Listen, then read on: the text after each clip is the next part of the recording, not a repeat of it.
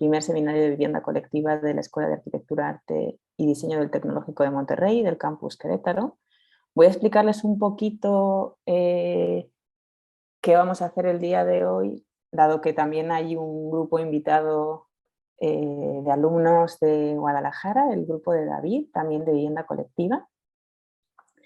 Entonces, pues nada, contarles que hoy es nuestro 6º día de charlas sobre el fenómeno de la vivienda colectiva desde distintos enfoques que están siendo impartidas por arquitectas, por arquitectos, por docentes y por investigadores. Y nada, esta semana la continuamos con 2 súper invitados. Tenemos a Carlos Cobreros Rodríguez, que nos acompaña desde México, y a David Ortega Martínez, que nos acompaña desde España. Y quisiera en primer lugar, desde la Escuela de Arquitectura, Arte y Diseño del Tecnológico de Monterrey, agradecerles por haber aceptado esta invitación para estar aquí con nosotras y contarnos su experiencia sobre la vivienda. A continuación, les explico brevemente cómo va a funcionar la sesión de hoy. Va a comenzar tras presentarle con la participación de Carlos Cobreros Rodríguez, que durará unos 40 minutos. A continuación, tras presentarle, intervendrá David Ortega Martínez, igualmente con 40 minutos de tiempo. Y por último, vamos a tener una sesión de preguntas y respuestas de 20 minutos, que esperamos que se transforme en un diálogo entre los ponentes y nuestros alumnos y nuestras alumnas. Así que nada, sin más rodeos, voy a presentar a Carlos Cobreros Rodríguez. Carlos es doctor en Ingeniería, máster en Arquitectura, Energía y Medio Ambiente, máster en Arquitectura, diplomado en Diseño Bioambiental, Territorio y Arquitectura y arquitecto. Ha trabajado como profesional e impartido docencia, así como charlas, conferencias y realizado exposiciones en diferentes países de Europa, Norteamérica y resto de Latinoamérica. Tiene artículos y capítulos de libro publicados en diferentes revistas de impacto a nivel internacional. Actualmente se desempeña como profesor investigador en la Escuela de Arquitectura, Arte y Diseño del Tecnológico de Monterrey, campus Querétaro. También imparte cursos en posgrado a nivel maestría y doctorado como profesor invitado en la Universidad Autónoma de Querétaro y en la Universidad de Sevilla. Está adscrito al Grupo de Investigación de Enfoque Estratégico Desarrollo Sostenible del Territorio de la EAD. Coordina el programa Natural Lab, programa de investigación, acción, diseño, construcción y laboratorio vivo en contextos patrimonio rural y natural emergentes. Forma parte de la International Living Future Institute Network, sección Latinoamérica y el Caribe, dedicada al trabajo y difusión del diseño regenerativo, y coordina la concentración Minor Degree en Diseño. Muchas gracias por estar con nosotras aquí el día de hoy, Carlos, y te cedo la palabra. Pues muchísimas gracias a ti, Lucía, por la invitación, y bueno, pues un saludo a todas y todas que están aquí conectadas. Y ahí complementar solo era concentración en diseño regenerativo, faltó ahí el diseño regenerativo, pues el diseño quedaría muy amplio, y es concentración en diseño regenerativo, solo por complementar. Pero muchas gracias por la presentación. Y bueno, pues voy a compartirles justo, pues entiendo que la idea de Lucía de invitarme a este seminario, que he estado viendo por ahí publicaciones, y la verdad que interesantísimo lo que se está haciendo, es justo que aporte, ¿no?, sobre estas ideas del diseño regenerativo. Es un poco lo que voy a plantear en la charla, aunque al final me voy a sumar a mostrar acercamientos que se han tenido desde estos enfoques, y previos a lo mejor a tener más asimilados estos enfoques, al tema de la vivienda colectiva. ¿Ha estado bien? Les comparto pantalla. Sí, comparto. ¿Puedo compartir pantalla? Sí, ¿no? Sí. A ver, aquí está. Sí, en principio sí. Son muchas diapositivas, pero voy a soltarlo rápido. Es un bombardeo de ideas. Y justo esto, ¿no? O sea, al final pues me ha servido a mí como para recapitular pues antiguos ejercicios de vivienda colectiva, y uno que creo que puede servir bastante de referencia, porque ha sido un intento completo del acercamiento, ¿no?, al proyecto de vivienda colectiva desde el diseño regenerativo. Y posteriormente a ese proyecto no he estado trabajando más en el ámbito de la vivienda colectiva, pero creo que le puede ser interesante que reforcemos esta idea del diseño regenerativo, y vean ustedes si lo ven de interés como para sumarlo, ¿no?, a este ejercicio que están haciendo alrededor de la reflexión sobre la vivienda colectiva. Bueno, unas pequeñas reflexiones, va a ser un poco bombardeo de ideas, ¿no? O sea, pero quería empezar y quiero empezar siempre esta exposición para ponernos en contexto con unas reflexiones algo más generales, ¿no? O sea, recordar esta idea, ¿no? O sea, de que vivimos en un mundo que es nuestro hogar, el único hogar al que podemos, digamos, asimilar, habitar, y que, como nos dijo ya Don Elamidos en el año 70, tiene sus límites físicos, ¿no? Es un planeta, y pongo esta imagen de Nueva York, que podemos decir, ¿no? O sea, que ha llegado a un momento culmen, ¿no? O sea, y Nueva York puede ser, digamos, ese reflejo, esa imagen de ese culmen o esa aspiración, digamos, civilizatoria, ¿no? En términos de gestión económica o de gestión cultural, ¿no? En términos cosmopolitas, ¿no? O sea, quizás es una aspiración, ¿no? O sea, generacional, en lo que podemos siempre como asimilar con la imagen de Nueva York.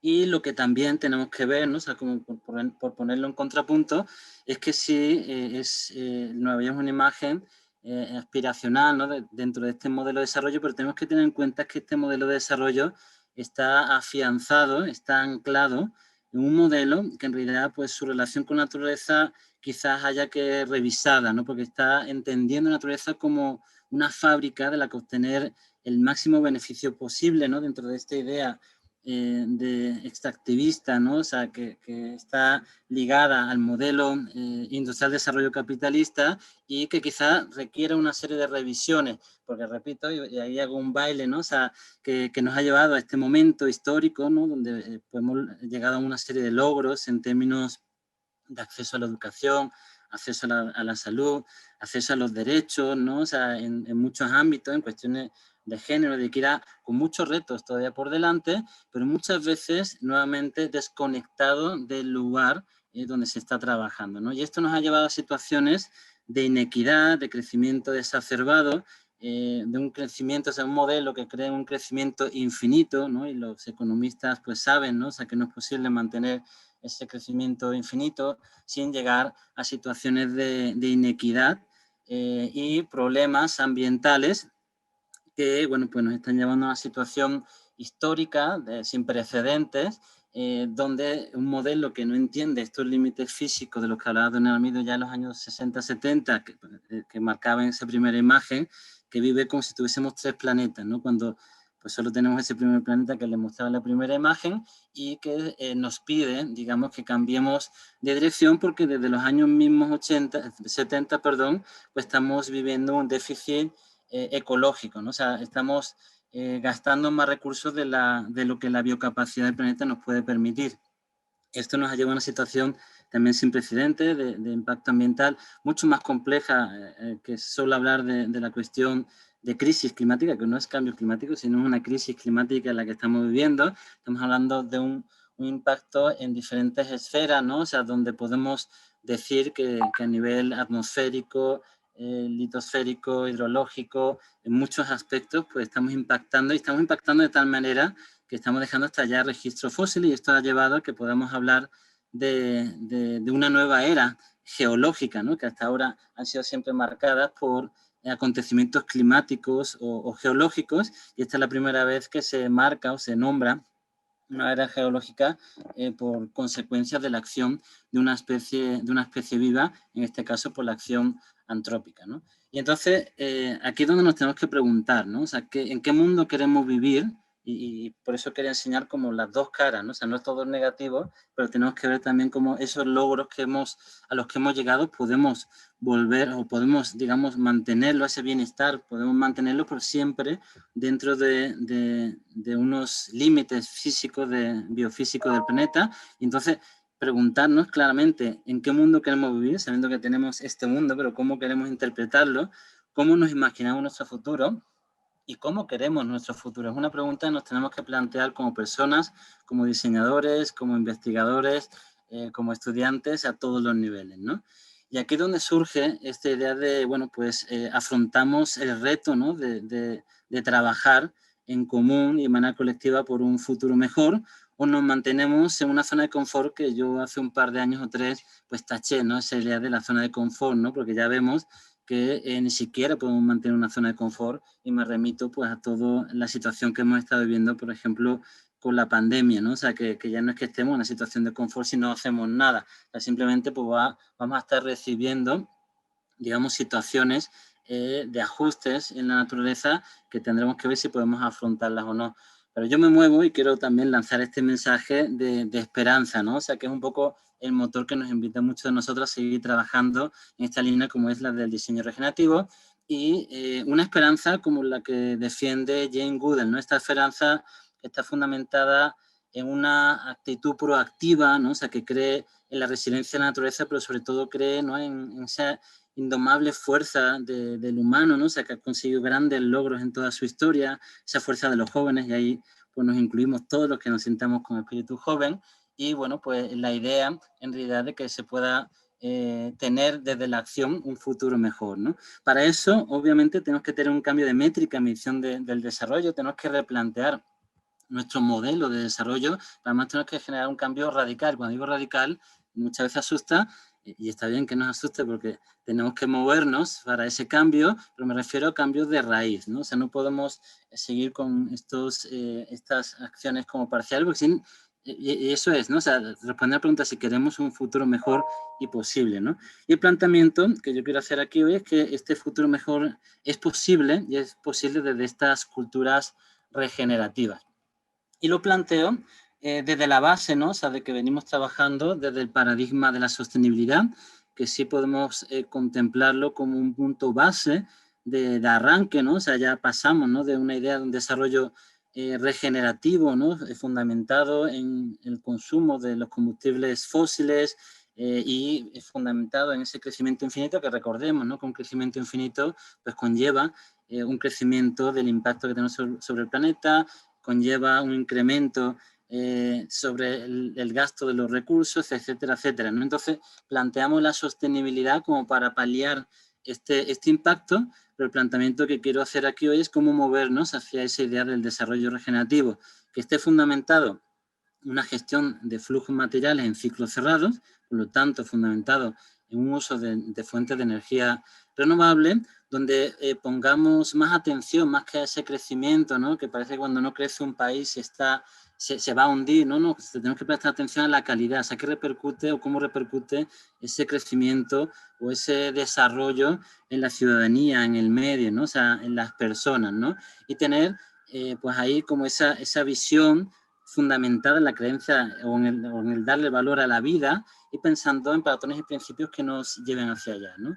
En este sentido, acercándonos ya un poco al tema del diseño, pues se trata también de evolucionar, ¿no? Ahí tenemos que generar un cambio de conciencia fundamentado en lo antropogénico y movernos hacia esa idea de que somos parte de la naturaleza, y eso lo tenemos que traer, o lo podemos traer por medio del diseño, y un diseño, digamos, fundamentado o basado en un planteamiento interescala, ¿no?, donde desde ese volvernos a afiliarnos con la naturaleza para poder sentirnos parte de, pues ver cómo podemos aprender de la propia naturaleza por medio del diseño biomimético.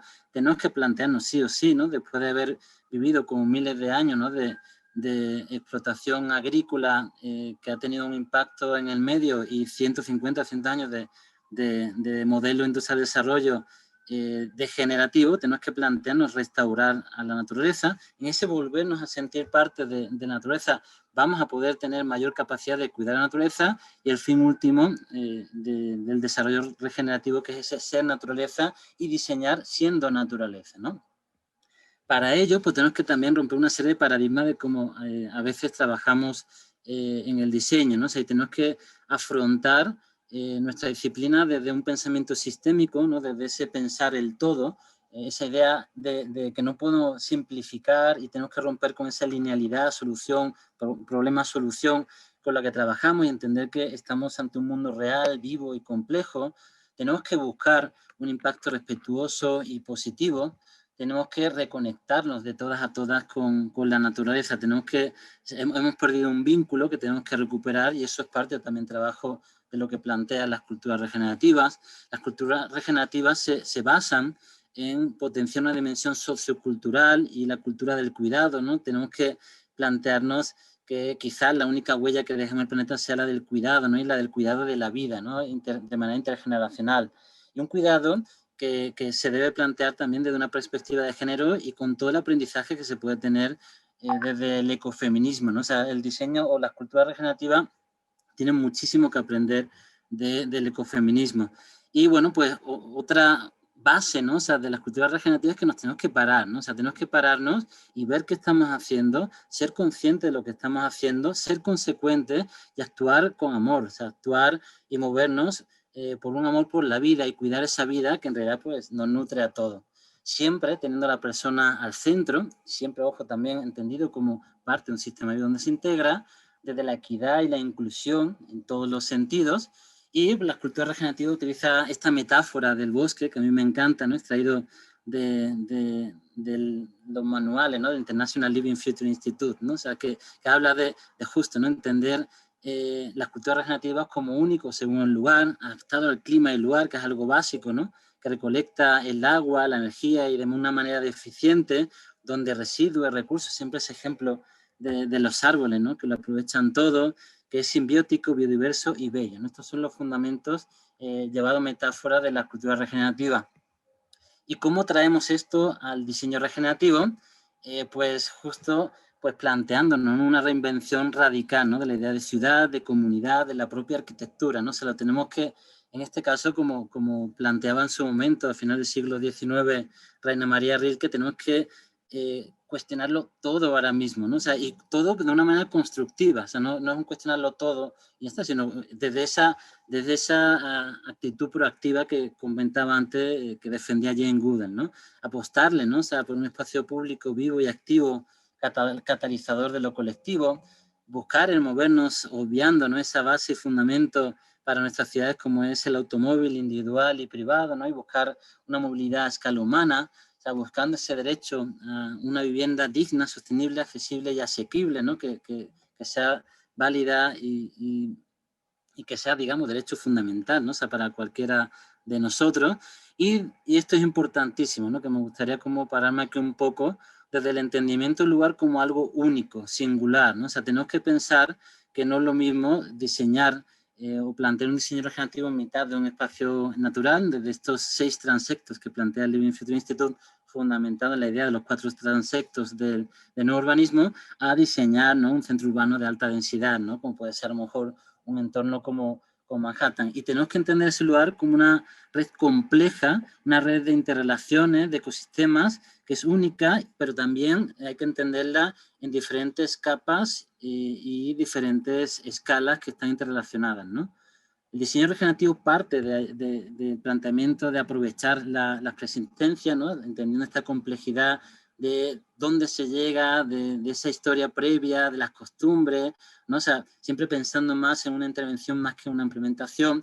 Y para esto tenemos que trabajar desde un diagnóstico participativo, tenemos que introducir el planteamiento desde lo etnográfico, se tiene que diseñar este cambio radical desde un diseño participativo y colaborativo, y también entendiendo que el diseño nos tiene que llevar no a un producto final, sino a un soporte vital, ¿vale? Que es fundamental es entender el lugar de una manera singular y única, entendiendo esa esencia, ese potencial y esa vocación del lugar, y recalco la idea del potencial, porque siempre diseñamos desde la idea de localizar problemas y buscar soluciones para problemas, que seguramente, visto así de esa manera, como nos ha pasado en todo lo que hemos hecho en los últimos 40 años, bueno, no todo, perdón, en muchas cosas que hemos plantado en los últimos 40 años, pues se han convertido en posteriores problemas, ¿no?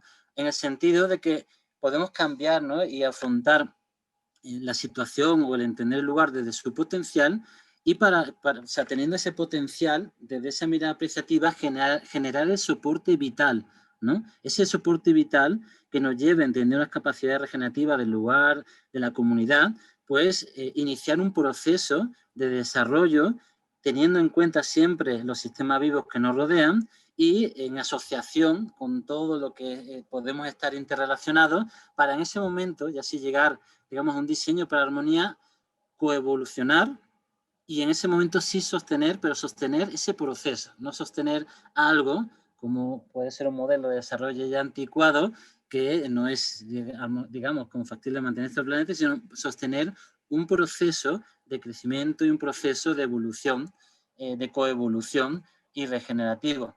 Y en base a todo esto, pues se plantean unos principios de base de diseño regenerativo. Digo base porque después cada lugar, desde su singularidad, tendrá que asimilar unos principios propios, pero en términos generales podríamos hablar, ¿no? O sea, desde la idea de lo regenerativo, tenemos que pensar que solo la vida regenera, por lo tanto tenemos que cuidarla, tenemos que potenciarla, que la vida se trata de interrelación, esto es fundamental, que tiene que ver con esta idea del pensamiento sistémico del que partimos, que cada lugar es único, vivo y completo, y que, bueno, pues que tenemos que entender la esencia del lugar, y esto lo vamos a hacer en base a unos patrones que tenemos que leer estos patrones desde la creencia de que somos naturaleza, que no somos algo aparte de naturaleza. Y bueno, esto nos lleva, ¿no? O sea, cómo esto lo aterrizamos al proyecto o a una propuesta de diseño regenerativo, pues nuevamente desde cuestionamiento, más que planteando soluciones desde cuestionarnos la ecología del lugar, desde cuestionarnos cómo lograr una soberanía alimentaria y desde una agricultura regenerativa, cómo pensar, ¿no? O sea, en diseñar desde la idea de la multiespecie, ¿no? O sea, cómo generar hábitat, no solo para nosotros, sino para generar un intercambio con las demás especies, potenciando esta movilidad de escala humana. Todo eso nos tenemos que cuestionar cómo lo hacemos, ¿no? O sea, cómo estamos haciendo actualmente y cómo podemos movernos hacia este planteamiento en estos puntos teniendo un impacto positivo. Plantear una gestión positiva del agua, ya no solo tenerla presente y hacer una gestión responsable, sino tenemos herramientas para hacer una gestión positiva del agua. Tenemos que preguntarnos cómo hacerlo dependiendo del lugar, dependiendo del proyecto, dependiendo del usuario, del cliente, igual en términos de energía, ¿no? O sea, y ahí pues vamos a aprovechar, digamos, la fuente de energía que tengamos en el lugar. Tenemos un maravilloso sol que siempre nos surte de energía. Podemos plantear y tenemos que preguntarnos y cuestionarnos cómo hacer esta gestión positiva de la energía. Tenemos que preocuparnos y cuestionarnos cómo hacer propuestas que tengan presente la salud y la felicidad ante todo, ¿no? O sea, buscando el diseño de espacios interiores saludables, de cuidar ese acceso que tengamos desde los interiores vividos a la naturaleza, buscando, ¿no? O sea, esa relación con el medio en términos climáticos, ¿no? Y poniendo el diseño bioclimático como base, ¿no? Que ahora verán de los primeros ejemplos que les voy a enseñar de acercamiento al tema del diseño regenerativo aplicado a vivienda colectiva, pues son estos, ¿no? O sea, mínimo plantear un tema de diseño bioclimático, el tema de generar ambientes interiores saludables, ¿no? O sea, mínimo, o sea, preocuparnos de traer la luz y la ventilación natural y que máximo, pues que estemos buscando esa experiencia y vivencias memorables en los espacios. Entender el espacio no como algo encerrado por un objeto, sino más bien entender la arquitectura y el espacio como una vivencia, como una experiencia, ¿no? Como una concatenación de ambientes que vamos a vivir y siempre, ¿no? O sea, pues buscando esta conexión y reconexión con la naturaleza que la podemos hacer desde la propia arquitectura, ¿no? O sea, con esa conexión que podemos tener con el exterior, de manera como muy básica, o sea, cuidando la energía natural y la ventilación natural, de maneras como más complejas y trabajadas. El diseño regenerativo se tiene que preguntar también cómo y con qué materiales construimos. O sea, cómo vamos a hacer un uso responsable de los materiales, de la materia prima, cómo generamos también economía viva en un contexto regional y local en el que nos educamos, no obviar, ¿no? O sea, que el traer materiales desde lejos implica un impacto en algún lugar, pero aparte una energía para traerla, pero aparte no estamos generando una economía biorregional. Tenemos que preocuparnos y preguntarnos de dónde vienen los materiales y qué implican, digamos, en la extracción de estas materias primas. Tenemos que obviar el uso de una serie de materiales que son tóxicos para el humano, para el medio ambiente, y entendiendo que estamos haciendo un uso de un bien material, pues ver cómo hacemos una gestión positiva de los residuos para que tengamos un ciclo de flujo cerrado, donde el residuo, como vemos en la metáfora del bosque, se convierta en un recurso, ¿no? Hay infinidad de materiales que nos están haciendo mucho daño a nosotros en el medio ambiente y hay maneras alternativas de trabajar, materiales alternativos que no necesariamente son más caros. Justo esta idea, ¿no? De pensar, esto es una imagen como llevándole al extremo, ¿no? O sea, pero pensar cómo podemos reutilizar estos residuos, reciclar, reutilizar, rehabilitar, ¿no? pues, hacer una gestión positiva de los residuos originados en la comunidad, en el edificio que estamos haciendo, siempre pensando en una rehabilitación antes que en la propia construcción. Si podemos rehabilitar, pues rehabilitemos antes que construir de nuevo. Y bueno, otra gran pregunta que nos tenemos que hacer del diseño regenerativo es en torno al tema de equidad, ¿no? Repensando un poco el tema del acceso y la accesibilidad universal, y aquí recalco, ¿no?, la diferencia entre acceso y accesibilidad, ¿no? O sea, ese acceso es que cuando nosotros nos instalamos con un desarrollo, un edificio, o cuando diseñamos un objeto, tengamos en cuenta lo que estamos impactando en lo que le rodea, y accesibilidad universal, no sé, cualquier persona de cualquier condición pueda estar disfrutando de lo que nosotros estamos diseñando, ¿no? Y siempre también de esa idea de la inclusión y la equidad, trabajando el proyecto, la propuesta de una perspectiva de género, como comentábamos antes, pero también cuestionándonos, ¿no? O sea, ¿cómo podemos ser inclusivos con las y los niños? ¿Cómo podemos ser inclusivos? Bueno, las y los niños, que son los futuros ciudadanos, son los que nos cuidarán en un futuro, pero aparte, ¿no? O sea, que son personas que pueden aportar muchísimo en los procesos de diseño, o esa pregunta de cómo podemos hacer o cómo podemos ser inclusivos con los adultos mayores en el diseño, ¿no? Esas personas que pues, han generado, han creado todo lo que tenemos hoy en día, que nos han cuidado y ahora tenemos que cuidarlos nosotros a ellos, ¿no? Repito, esta idea de la accesibilidad universal, o sea, no olvidarnos de procurar que nuestras propuestas puedan ser disfrutadas por cualquier persona y de cualquier índole. Y en este sentido, de hablar de inclusión, hace 2 o 3 años llegamos a este término de pluralismo agonista, ¿no? O sea, donde parece que a veces no queremos iniciar procesos de diseño participativo que se van a generar conflictos, pero traer el conflicto como algo que puede enriquecer el proceso de diseño, no intentando como ganar un acuerdo directo ni un conflicto que no lleven a nada, sino poner la discusión en el centro y que eso enriquezca el proceso de diseño, ¿no? Desde ese diagnóstico participativo, desde ese pluralismo, desde ese codiseño, de esa construcción colaborativa.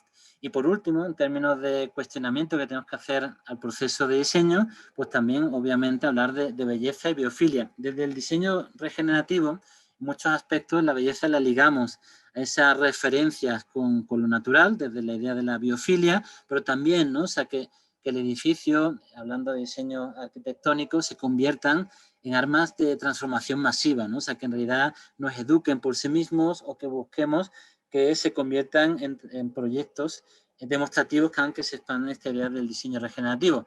Me paro un poco en el punto de biofilia, para mí primordial, ¿no? Con la creencia de que tenemos que reconectarnos con la naturaleza, de que somos naturaleza. La biofilia, digamos, es una teoría que nos devuelve a la idea de afiliar la naturaleza como fundamento para el inicio del proceso regenerativo, entendiéndonos parte de todo este ciclo evolutivo, ¿no? O sea, donde somos una partecita y no podemos obviar, ¿no?, que somos parte de toda esta evolución viva, ¿no?, que tenemos que apreciar y, digamos, entender que no solo hablamos de energía y de materiales cuando hablamos de sostenibilidad de regeneración, sino también hablamos de esta belleza, de este intercambio de información que tiene la naturaleza, y eso lo podemos traer a nuestros proyectos con todos los beneficios que ello tiene en términos de salud, en términos de estéticos, en términos, bueno, en muchos aspectos, ¿no? Y la idea es preguntarnos cómo podemos emular de esta experiencia de contacto natural desde el entorno construido, ¿no? Aquí empiezo ya a enseñar algunos ejemplos, ¿no? Por ejemplo, cómo traer, ahora van a ver ejemplos y muchas veces relacionamos lo biofílico con lo orgánico en términos formales.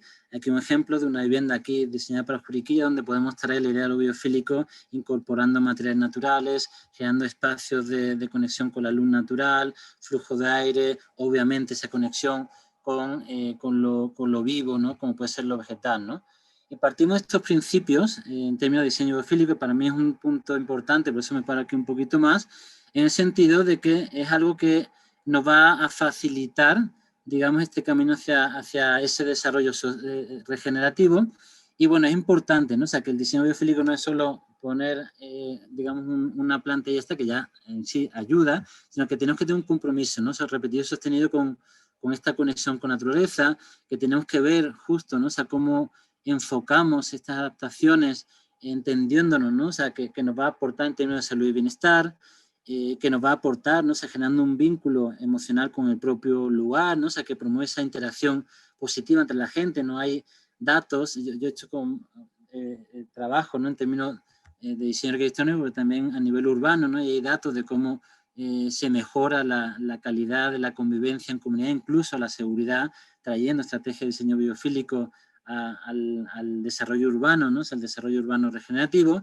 Y bueno, justo ver, ¿no?, o sea, cómo tenemos claro, o sea, que esto tienen que ser soluciones arquitectónicas que están interconectadas e integradas y no aisladas en sí mismas, ¿no? Y esto, pues, del diseño biofílico podemos traerlo desde los principios volcados. Cuando hablamos en términos urbanos, lo trabajamos desde la idea de los patrones de diseño biofílico. Cuando hablamos del diseño arquitectónico, pues tiramos más de la idea de traer elementos y atributos de diseño biofílico, como pueden ser traer la naturaleza al espacio, recurrir a ciertas formas naturales también, ¿no? O sea, pero no solo, también tirar o adherirnos a esta idea de los patrones y procesos naturales, trabajar, ¿no?, de manera creativa con la luz y el espacio, buscando esa relación del humano con la naturaleza desde el interior arquitectónico, y entendiendo que esto tiene diferentes escalas de aplicación, y sobre todo que nos va a aportar una experiencia que además puede ser memorable, ¿no? O sea, traer el diseño biofílico a los interiores y traerlo de manera consciente, pues nos puede llevar desde un planteamiento de diseño de experiencias a pues vivencias que son memorables y que nos aporta en muchos niveles, como acabo de comentar, ¿no? Aquí hay un ejemplo de cómo traerlo también al espacio público con ejercicios académicos que hemos estado haciendo de repensar, ¿no?, en este caso el Distrito Tec del Campus Querétaro, desde esa visión de lo biofílico. Y bueno, aquí para terminar, Lucía, me avisa si voy sobrado tiempo para darle más prisa, no sé si voy bien o no. Vas muy bien, te quedan ¿Sí? 12 minutos. Ah, buenísimo. Vale, pues en ese sentido quería ahora hacerles, yo ahora mismo me despego un poco de trabajar, digamos, a la escala de vivienda colectiva, por eso enfoqué más la charla a traer esta idea del diseño regenerativo, que desde esos cuestionamientos lo podemos traer o lo pueden traer a la idea del diseño de la vivienda colectiva, pero sí me animé a hacer un repaso un repaso que yo creo que desde ese inicio, ¿no?, de inquietud que se tiene cuando uno está diseñando sin ser consciente de lo que puede aportar cuando hace, digamos, un acercamiento al proyecto desde la sostenibilidad y lo regenerativo, hasta un último ejercicio que creo que es muy válido para explicar, ¿no?, el cómo traer estas ideas, estos principios de diseño regenerativo al proyecto de vivienda colectiva. Y aquí un repaso que me parecía, justo lo he hecho para este seminario, como estos primeros acercamientos como bastante naif y bueno, con muchas cosas por trabajar, ¿no?, pero donde a lo mejor hay un planteamiento de eficiencia de metros cuadrados, un primer planteamiento de búsqueda de orientaciones, de espacio de colectivo, ¿no? O sea, y lo pongo todo, ¿eh? No digo, o sea, no quiero poner solo lo que me siento orgulloso, sino pues recalcar todo el proceso que he ido siguiendo, ¿no? O sea, en ese proceso de acercarse a esa inquietud hacia lo sostenible, en principio, pues sobre todo, ¿no? O sea, en unos inicios, pues el trabajo era a raíz, ¿no?, de planteamiento de estrategias de diseño bioclimático, ¿no?, para intentar buscar espacios que fuesen vivibles, confortables, también empezando ya a buscar esas conexiones con el medio, ¿no? O sea, que generase una identidad con el lugar en términos de materiales, pero también conexiones visuales, el tema también de esa conexión con lo vegetal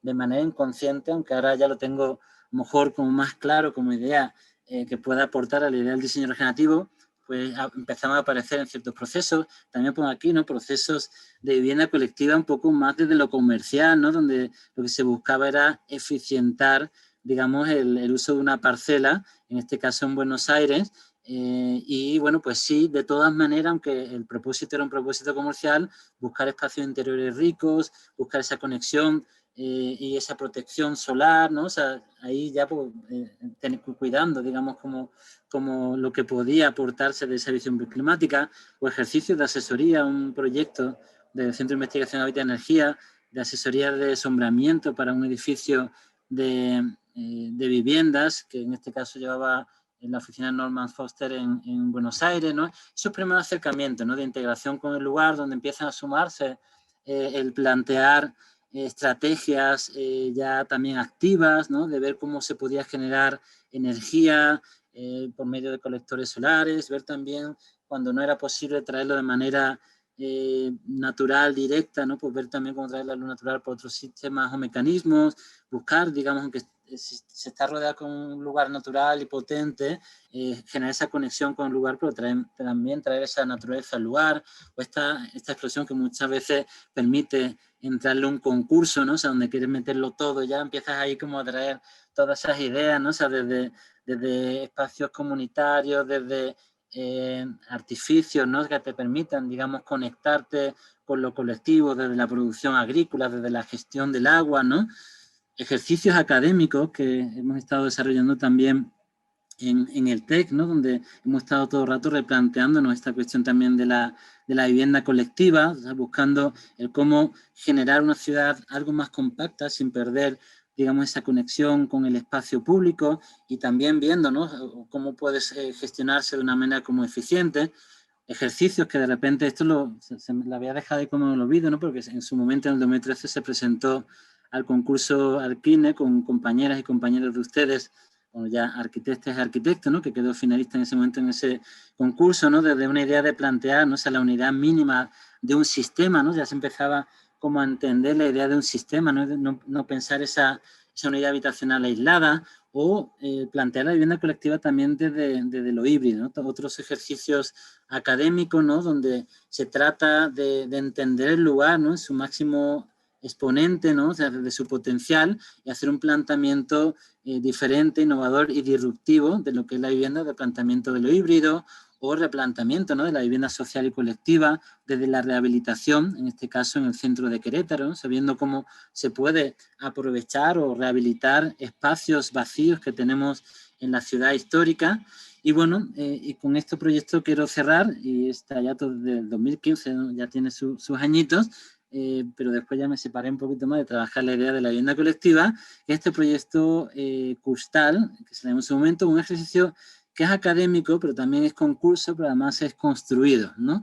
Es un ejercicio muy interesante, cuando todavía no existía el semestre I, ni la semana I, ni el semestre TEC, ni modelo nuevo, fue un experimento. Nos adelantamos ahí un poquito a la idea de lo que era un semestre I, y desde un planteamiento serio, muy serio, y ojo, esto es un ejercicio con un grupo de profesores y con un gran grupo de estudiantes que fueron circulando. Aquí destaco algunos de los profesores, algunos de los estudiantes, pero aquí hubo involucrado casi 50 personas en este proyecto, desde un entendimiento del territorio y de urbano de manera exhaustiva, y esto está realizado con estudiantes de carrera, o sea, no es un proyecto de investigación, a hacer un planteamiento serio y potente, que de hecho nos llevó a ganarnos el premio en diseño urbano y affordability del concurso. Por cierto, el concurso era el del Solar Decathlon, que es quizás el concurso de vivienda sostenible más importante del planeta a nivel estudiante, y en este caso, en la edición latinoamericana del 2015, se planteaba con la revisión de la idea de la vivienda colectiva y social en un clima tropical. Por eso se enclava en Tuxtla Gutiérrez, que era, digamos, el clima que se asimilaba más a los requerimientos del concurso en México, y con un núcleo urbano que pudiese llevarnos a reflexiones en torno a cómo redensificar la ciudad, reconectar parte del área metropolitana y reforzar, digamos, esa compactación del centro de la ciudad, no solo trabajando la cuestión de la vivienda colectiva, sino trabajando la gestión, digamos, del agua, la gestión de la energía, del transporte, de los espacios públicos a nivel urbano, y pues haciendo una reflexión de lo que podría ser una vivienda progresiva, pero a nivel colectivo, ¿no? O sea, la vivienda progresiva la traemos como siempre como primera escala, que hicimos una prueba de cómo podemos traer esta idea de la vivienda progresiva o en crecimiento, pero teniendo, digamos, una estructura base que nos permitiese crecer a nivel colectivo, pues aspirando a esa compactación o esa redensificación del centro urbano.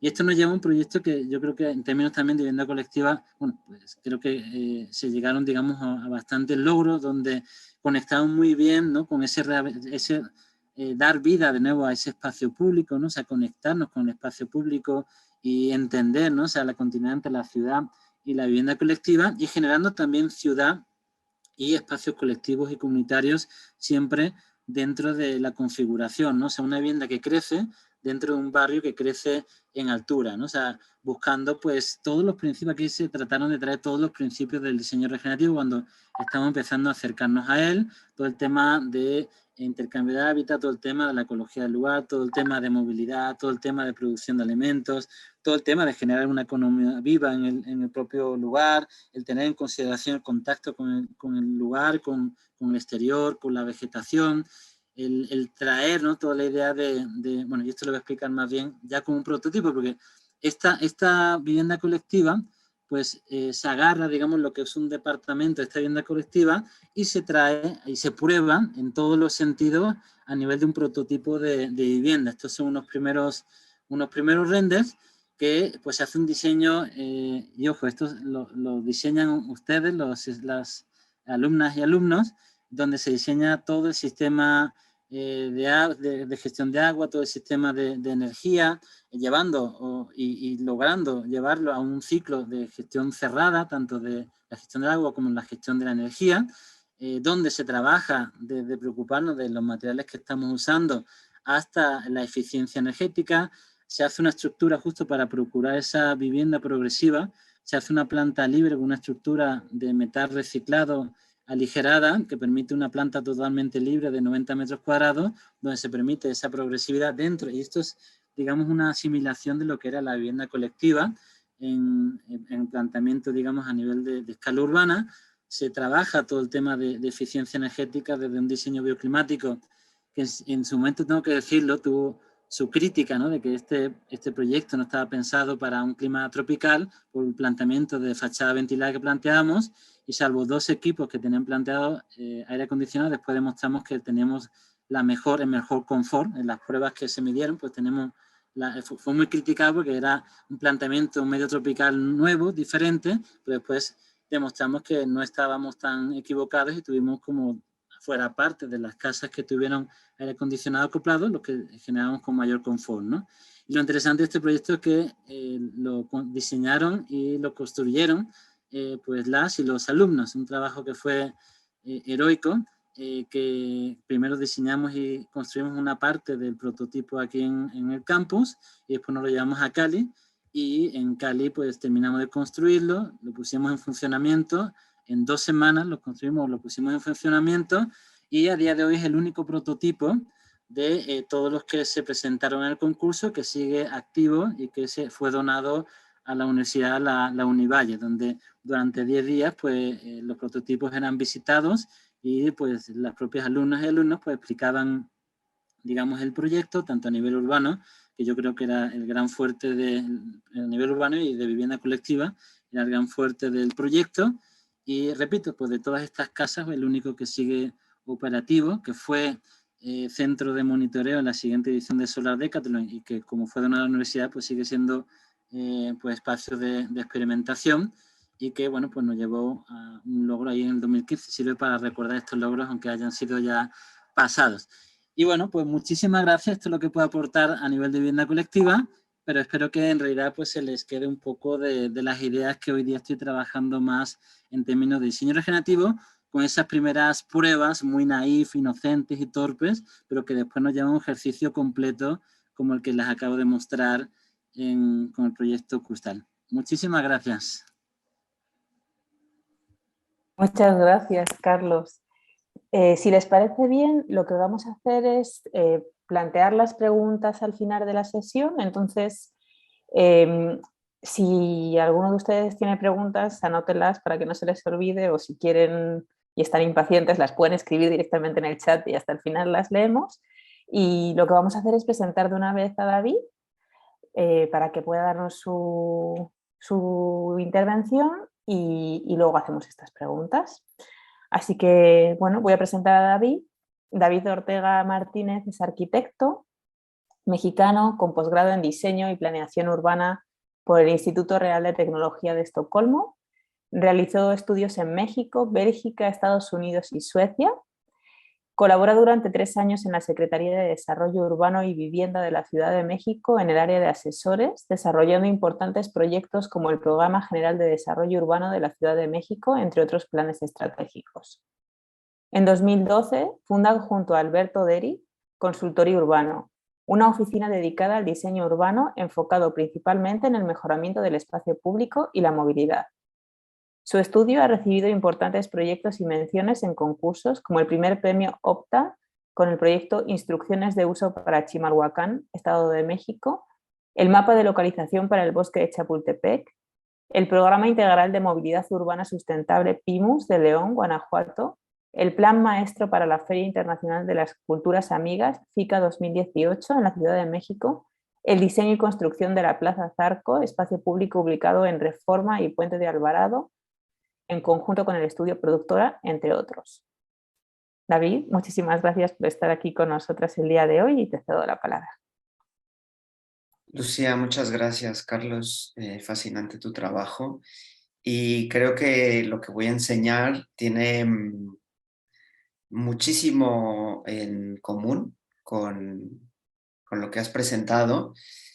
Y por otro lado, que también además es una presentación que le puse aquí un poco hasta la fecha de 2018-2022, porque también es una retrospectiva del trabajo que he hecho particularmente en el TEC de Monterrey, bueno, que hemos hecho, porque es un trabajo siempre en conjunto y siempre colectivo, y que ha detonado un montón de cosas y de las que me declaro culpable también, y voy a explicar después por qué. Decidí llamarle a esta intervención Vivienda para Todas, porque precisamente intenta entrar a muchísimos de los temas que Carlos ha mencionado de una manera clarísima, pero que ha estado quizás abocado o enfocado desde otros puntos de vista. Todo comenzó en 2017, por los años del segundo sismo del 19 de septiembre, en Toluca, en Estado de México, donde fuimos llamados, mi socio y yo, para hacer un plan maestro que se relacionaba con la llegada del tren que todo el mundo hemos oído hablar, no el Tren Maya, sino el tren Toluca-Ciudad de México, que se supone que tiene que estar terminado muy pronto y que está muy cerca al campus Toluca. Si alguno de ustedes conoce Campus Toluca, sabrá de lo que hablo. Para nosotros fue una oportunidad increíble diseñar un plan maestro que tuviera que ver con precisamente la ciudad, la movilidad y en particular con el TEC de Monterrey, del que yo he estado vinculado como profesor desde 2013. La pregunta que nos hacíamos cuando nos pidieron hacer este plan maestro era, ¿qué me trae a este lugar y cómo llego a este lugar? Que finalmente se volvían como las preguntas clave, transversales de cualquier propuesta espacial, tanto urbana como arquitectónica, ¿no? O sea, las dos preguntas vinculaban el hecho de, bueno, yo voy a una ciudad a algo y tengo que llegar de alguna manera.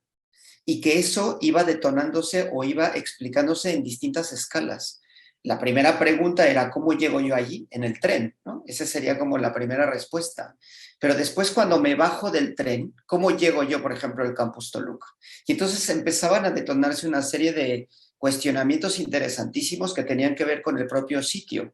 Empezábamos muy a la manera de Rem Koolhaas y de su fantástico libro sobre las tallas, ¿no? Del territorio, entendiendo el gran territorio del centro de México y cómo se iban vinculando todos esos elementos, tanto de nodos o de puntos de llegada, ¿no? O puntos de partida y puntos a donde llegar, que eran esos colores, esas grandes porciones de territorio que proveen de oportunidades, de servicios, de cultura, de educación, etcétera.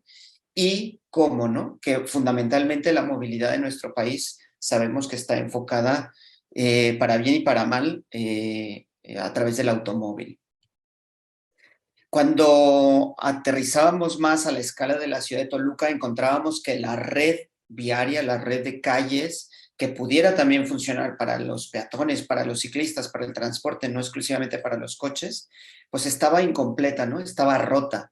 muchos de los elementos urbanos, y es una constante que hemos encontrado en muchísimas, o si no es que en todas las ciudades del país, es que las redes de movilidad están rotas, ¿no? Necesitamos coserlas, necesitamos terminarlas.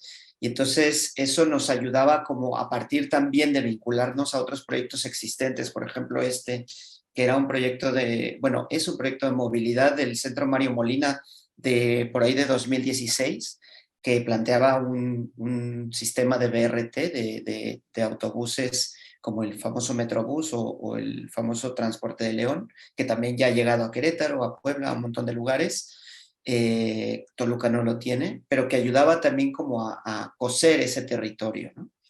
Y entonces hacíamos como un recorte de todo eso que imaginábamos como el futuro de Toluca y nos enfocábamos al territorio que nos competía.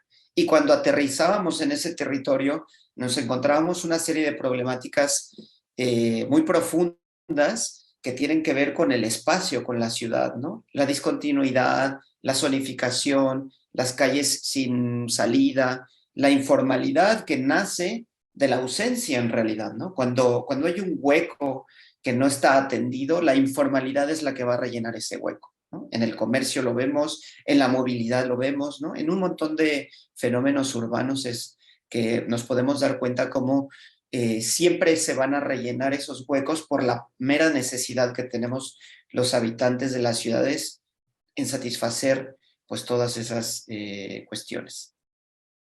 Las fronteras urbanas, ¿no? O sea, el modelo urbano, cómo nos encontramos, por ejemplo, este conjunto de viviendas. Esta es la calle que la imagen de arriba a la izquierda es enfrente del TEC de Monterrey de Toluca. Y veíamos este conjunto de viviendas donde en realidad el acceso estaba como por detrás y toda la fachada principal de la calle estaba totalmente bardeada, ¿no? Porque el modelo está pensado, pues, literalmente al revés, ¿no? Entonces había como una serie de cuestionamientos importantes, o incluso la foto de abajo a la izquierda es la propia barda del TEC, ¿no? Que también niega a la ciudad, ¿no? O sea, que le da la espalda a la ciudad contundentemente. O, por otro lado, las líneas de deseo, este gran camellón donde ahora mismo se construye el tren y que se pueden perfectamente ver esas líneas de deseo, esos lugares por donde la gente transita día a día y que son, pues, de alguna manera invisibilizados por el diseño y por la ciudad misma. O incluso infraestructuras que a los ojos de la política, a los ojos de la economía, entre comillas, podría ser como, oye, pues sí, estamos construyendo infraestructura, estamos haciendo, pero también las propias infraestructuras tienen un lado B que hay que atender o que hay que ser como muy objetivos y muy claros que también pueden dividir el territorio. Finalmente hacíamos este plan maestro que vinculaba una serie de corredores, un parque que es el corazón del proyecto, que es un parque existente, y el TEC de Monterrey integrándose a todo este territorio. Tuvimos incluso la fortuna de presentar este proyecto en el MUI de Puebla. Alejandro Echeverry formó parte incluso alguna vez de una revisión de proyectos, etcétera, pero quedaba, digamos, como en ese plan maestro como un poco tradicional, ¿no? En el sentido como bastante top-down, ¿no? Desde arriba, imaginar la ciudad. Y entonces, después de hacer como toda una serie de agenda de proyectos más específica de lo que implicaba este gran plan maestro, nos decidimos enfocar en un territorio, en un pequeño terreno que le pertenece al TEC de Monterrey como cesión, ¿no? Como una gestión de derechos del uso del suelo, que en realidad es un suelo público, pero que el TEC lo tiene en préstamo, digamos, para gestionarlo. Nos imaginábamos una posibilidad de construir un pequeño barrio que pudiera como empezar a detonar esas ideas que teníamos detrás de todo este gran plan maestro. Y entonces utilizamos la academia, y ahí es donde se empiezan a mezclar, digamos, como la práctica profesional con la práctica academia, para poner a prueba esas ideas, ¿no? Y entonces el barrio TEC tenía como estos fundamentos de qué significaba construir vivienda, usos mixtos, espacio público, comunidad, etcétera, ¿no? O sea, una idea también como de ganar, territorio donde pudiera haber una inversión privada, pero el enfoque fundamentalmente público. Esta es la imagen del terreno, que es una preciosidad. Y aquí es donde empezábamos como a imaginar cómo podíamos parcelar el terreno, aprovechar todos los árboles existentes, aprovechar este pequeño lago, que es un lago de temporal, porque es cuando llueve, ¿no? La temporada de lluvias se inunda y en temporada de secas pues queda como un espacio verde, ¿no? Que se puede también utilizar. Hacíamos este pequeño plan maestro de calles peatonales, plazas públicas, etcétera, que se vinculaba a museos existentes, que es donde está el sitio, porque el sitio es súper interesante. Tiene un centro cultural con varios museos, el propio TEC de Monterrey y zonas incluso agrícolas, ¿no? Entonces volvíamos como a tratar de preguntarnos eso que dije al principio, ¿cómo llego aquí y a qué voy aquí, ¿no? Y entonces la idea de completar la ciudad con usos mixtos, con vivienda para estudiantes o vivienda para familias de la zona, no exclusivamente para un público de la ciudad, sino para todos, para todas, empezábamos como a detonar estas ideas. Y al mismo tiempo incluso cuestionábamos la normativa, ¿no? La normativa existente de la ciudad la cuestionábamos y empezábamos a construir una normativa más específica que nos ayudara a plantear cómo desarrollar esos edificios de usos mixtos y de vivienda. Incluso, por ejemplo, utilizando herramientas como las publicaciones de Josep María Montaner y Sadamushi, ¿no? Que hablan del espacio conectado entre lo público y lo privado, ¿no? Los balcones, las terrazas, esa conexión con el interior y el exterior, etcétera, que formaba tipologías que no es que no sean ajenas, pero que de alguna manera por la tecnificación de la vivienda o por otras cuestiones monetarias, económicas y políticas, se han quedado olvidadas, ¿no? A lo largo de los años.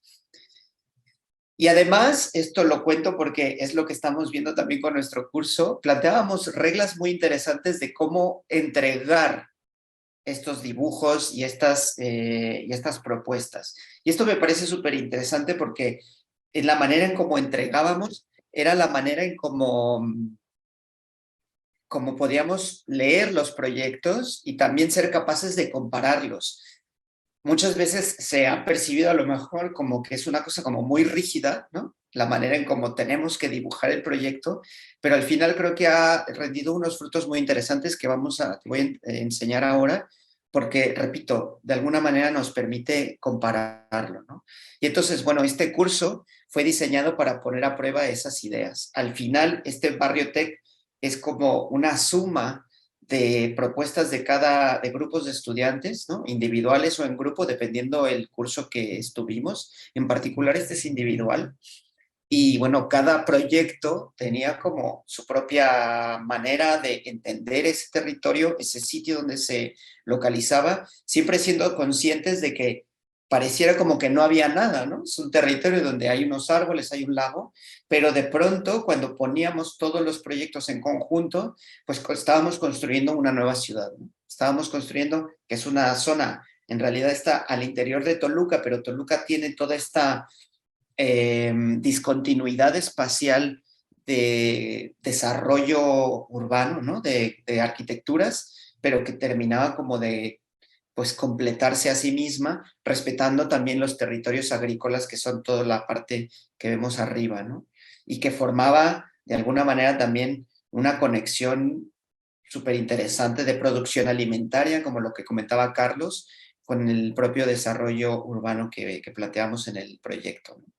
En particular voy a explicar este proyecto de un estudiante que se fue desarrollando con todos estos axonometrías y maquetas volumétricas, y me parece súper interesante explicarlo porque además justo en este curso es cuando llegó la pandemia. Entonces este curso comenzó presencial, pero terminó totalmente online, ¿no? Este proyecto de Alejandro planteaba una zona en planta baja con talleres de carpintería, talleres de artes plásticas, porque encontró en su lectura del territorio que había un montón de lugares de producción de muebles, ¿no? Que son como muy típicos de la zona. Claro, es una zona, Toluca al estar tan cercana al bosque, pues tiene una producción importante de mobiliario. Y entonces intentaba a través de su proyecto no solo resolver el problema de la vivienda, sino resolver otras cuestiones que leía él en el territorio, ¿no?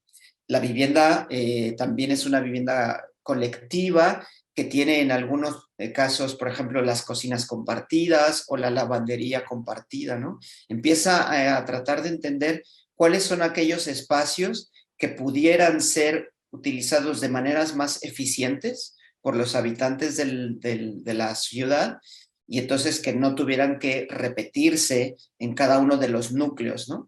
Eso también es muy interesante porque a los ojos, por ejemplo, a través de la normativa, serían como modelos de vivienda difíciles de imaginar, ¿no? Difíciles de responder ante las autoridades, ¿no? Pues finalmente también con quien tendríamos que presentar el proyecto. Pero bueno, era la idea también de estirar la liga y de poder plantear esos elementos. Finalmente, bueno, entregó este proyecto que me pareció como súper interesante. Además es un proyecto de segundo año, con lo cual era como un gran salto, ¿no? Interesantísimo en el proyecto. Completamos el plan maestro, no todos los terrenos se habían podido hacer en ese momento y entonces seguimos haciendo el resto de terrenos que nos quedaban dentro del plan maestro. Hubo un ejercicio en particular que era como este terreno que está como vinculado a la calle principal y que está como un poco isla, donde hablábamos de la posibilidad de hacer un mercado. Es un ejercicio también como muy sencillo de pocas semanas, donde hablábamos de tipología, hablábamos de arquetipo, hablábamos como de elementos base compositivamente, ¿no? En la arquitectura, y entonces cada uno de estos estudiantes desarrolló pues un ejercicio bastante rápido, otra vez a través de la axonometría, a través de estas maneras muy específicas de representación gráfica, que repito, nos permitían como comparar, ¿no? Los elementos.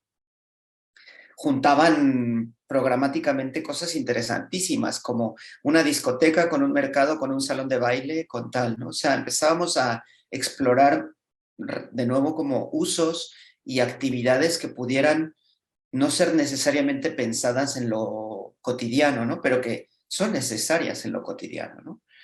Estos son algunos resultados y al final, de nuevo, pues completaban ese pequeño barrio experimental con sus proyectos de vivienda colectiva, con una planta baja activa siempre, ¿no? Intentando no nada más responder a través como de un negocio, de un local, de un restaurante, de una cafetería, sino de nuevo a través de usos, pues más allá, repito, como una discoteca, un centro de acopio, un salón de baile y otros usos y actividades, ¿no?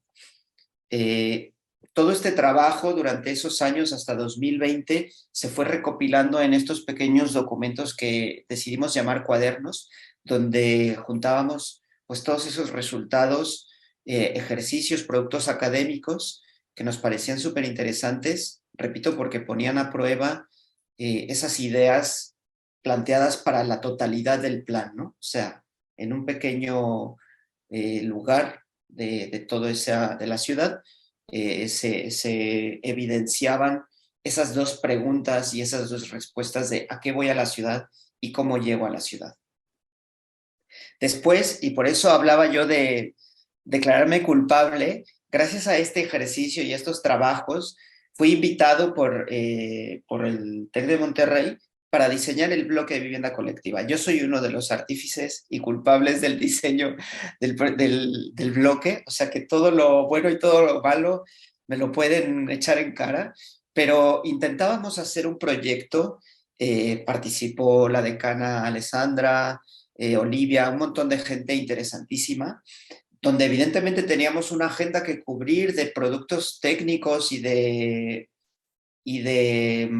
contenidos pues muy, digamos, como muy específicos que nos solicitaban a nosotros, pero que de alguna manera sí para nosotros era súper claro y súper contundente que teníamos que marcar una agenda, una agenda que tenía un compromiso, una agenda que tenía un compromiso con nuestras ciudades, con nuestra población, con nuestra sociedad, ¿no? Y por eso es que, aunque parezca un bloque súper lleno de cosas, ¿no? Y súper complicado de terminar, porque lo reconozco y siempre lo dijimos tal cual, es un bloque que tiene esas intenciones de ser una, o el primero quizás, porque bueno, también el bloque de edificios comunitarios está como muy ligado a esto, pero donde aterriza la arquitectura en la ciudad, ¿no? Proviendo no nada más de vivienda colectiva, sino de elementos que de alguna manera cosen todos esos elementos que son necesarios. Este diagrama que está en todas en todos los bloques, nos parecía también súper interesante porque, de nuevo, es súper ambicioso y somos súper conscientes de ello, pero para nosotros lo que nos parecía más interesante son esas flechas punteadas que están regresándose en el momento en el que estamos, ¿no? Todos los que estamos aquí escuchando esto. O sea, cuando vamos a llegar casi al final, siempre nos regresamos al momento de partida porque entendemos que el proyecto, como bien mencionaba Carlos, el proyecto es un ejercicio de iteraciones y un ejercicio de prueba y error que nunca está terminado. Y somos muy conscientes de eso, ¿no? Aunque seguimos avanzando de manera perceptiva lineal, en realidad nunca lo estamos haciendo linealmente. Siempre nos estamos regresando para poner a prueba eso que hemos aprendido, eso que hemos escuchado, eso que hemos leído, eso que hemos visto, eso que nos ha ido transformando y que entonces el proyecto reconocemos que no está acabado nunca, ¿sí? Y que siempre es perfectible y que, bueno, pues sí estamos obligados a entregar algo con una calidad específica, determinada, pero conscientes de que tiene muchísimas vertientes y está abierto a la profunda transformación continua, tanto de nosotros como diseñadores, como de la sociedad en sí misma, ¿no? Después, cuando ya ponemos a prueba dentro del bloque este experimento, lo llamamos así porque es un experimento que no termina nunca, integramos nuestras ideas en nuevas ciudades. Y entonces nos imaginamos, inspirados en estas ideas contemporáneas, que en realidad tienen muchos años, cómo plantear vivienda para grupos y para personas que no han sido necesariamente visibles, ¿no? Durante muchísimo tiempo. Nos inspirábamos en esta idea que está representada en la serie de Pose, estas familias, que se llaman así familias, de personas queer, de personas de la comunidad LGBT, en particular estos en Nueva York, que la mayoría de ellos ocupaban espacios, sí, hacían squatting, ¿no? En la ciudad de Nueva York, y que sobrevivían, y que a través de los vals, a través de los bailes, conseguían construir una identidad súper interesante que ha ido permeando y que ha llegado ya a la manifestación del pop mainstream, con, por ejemplo, todo lo que ha sucedido con RuPaul's Drag Race, etcétera, ¿no? Pero que en realidad el origen es estas comunidades trans, queer, LGBT de Nueva York, y que no es que son exclusivas de Nueva York, que existen en todas las ciudades del mundo, ¿no? De mayor o menor medida, pero que son evidentemente comunidades que existen y que necesitan visibilizarse, ¿no? Entonces lo hablábamos así, nuestro curso era como un juego, ¿no? Donde la categoría es vivienda colectiva y diversa, ¿no?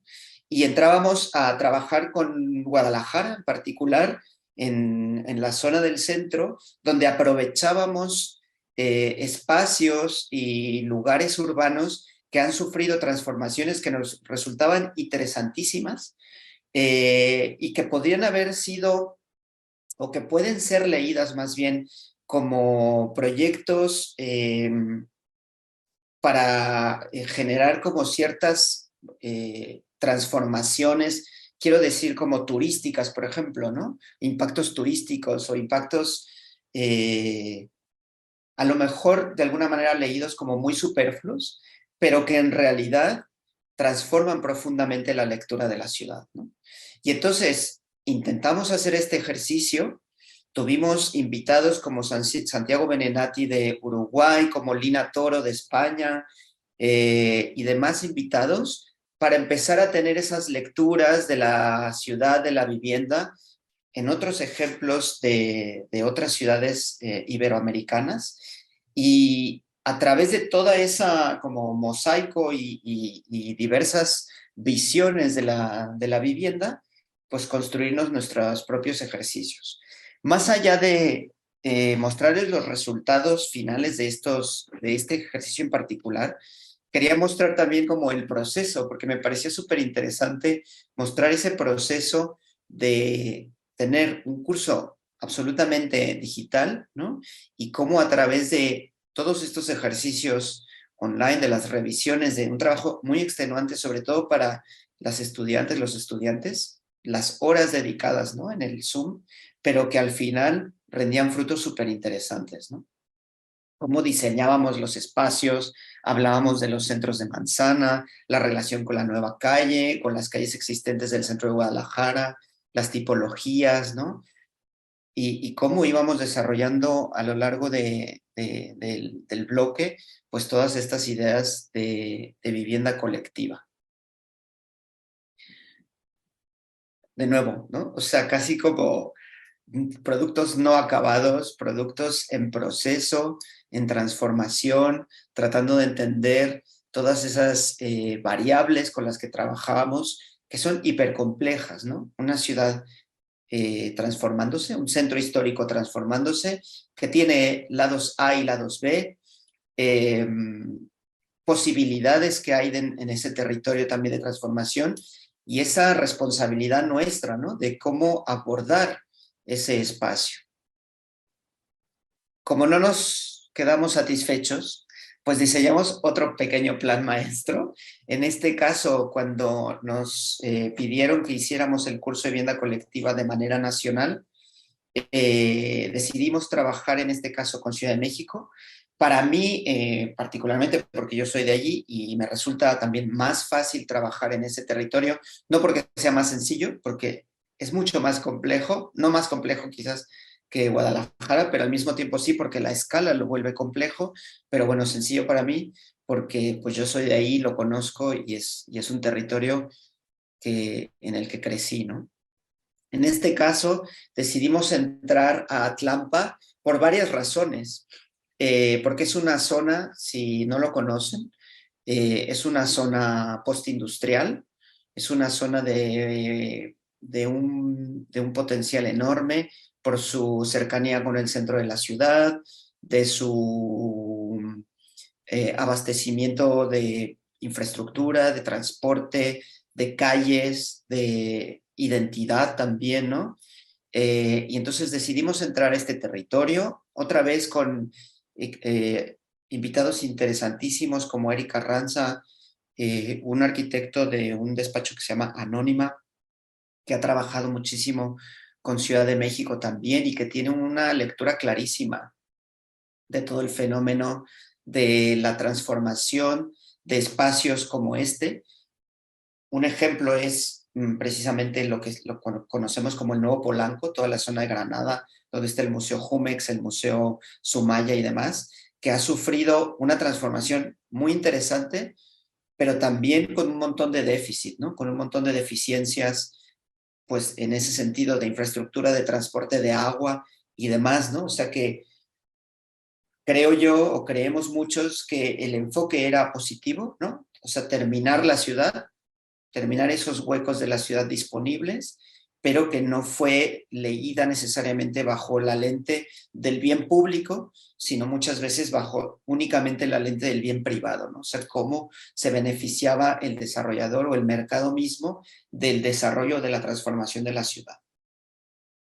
En este caso hicimos una reconfiguración del espacio donde abríamos incluso por la tipología o las dimensiones de las propias de las propias manzanas de la ciudad, y entonces abríamos como nuevas calles peatonales o de tránsito compartido para poder generar un espacio pues a la manera de lo que nos habla Jan Gehl o de lo que nos habla Jane Jacobs, que son referentes importantísimos de cómo diseñar ciudades para las personas, ¿no?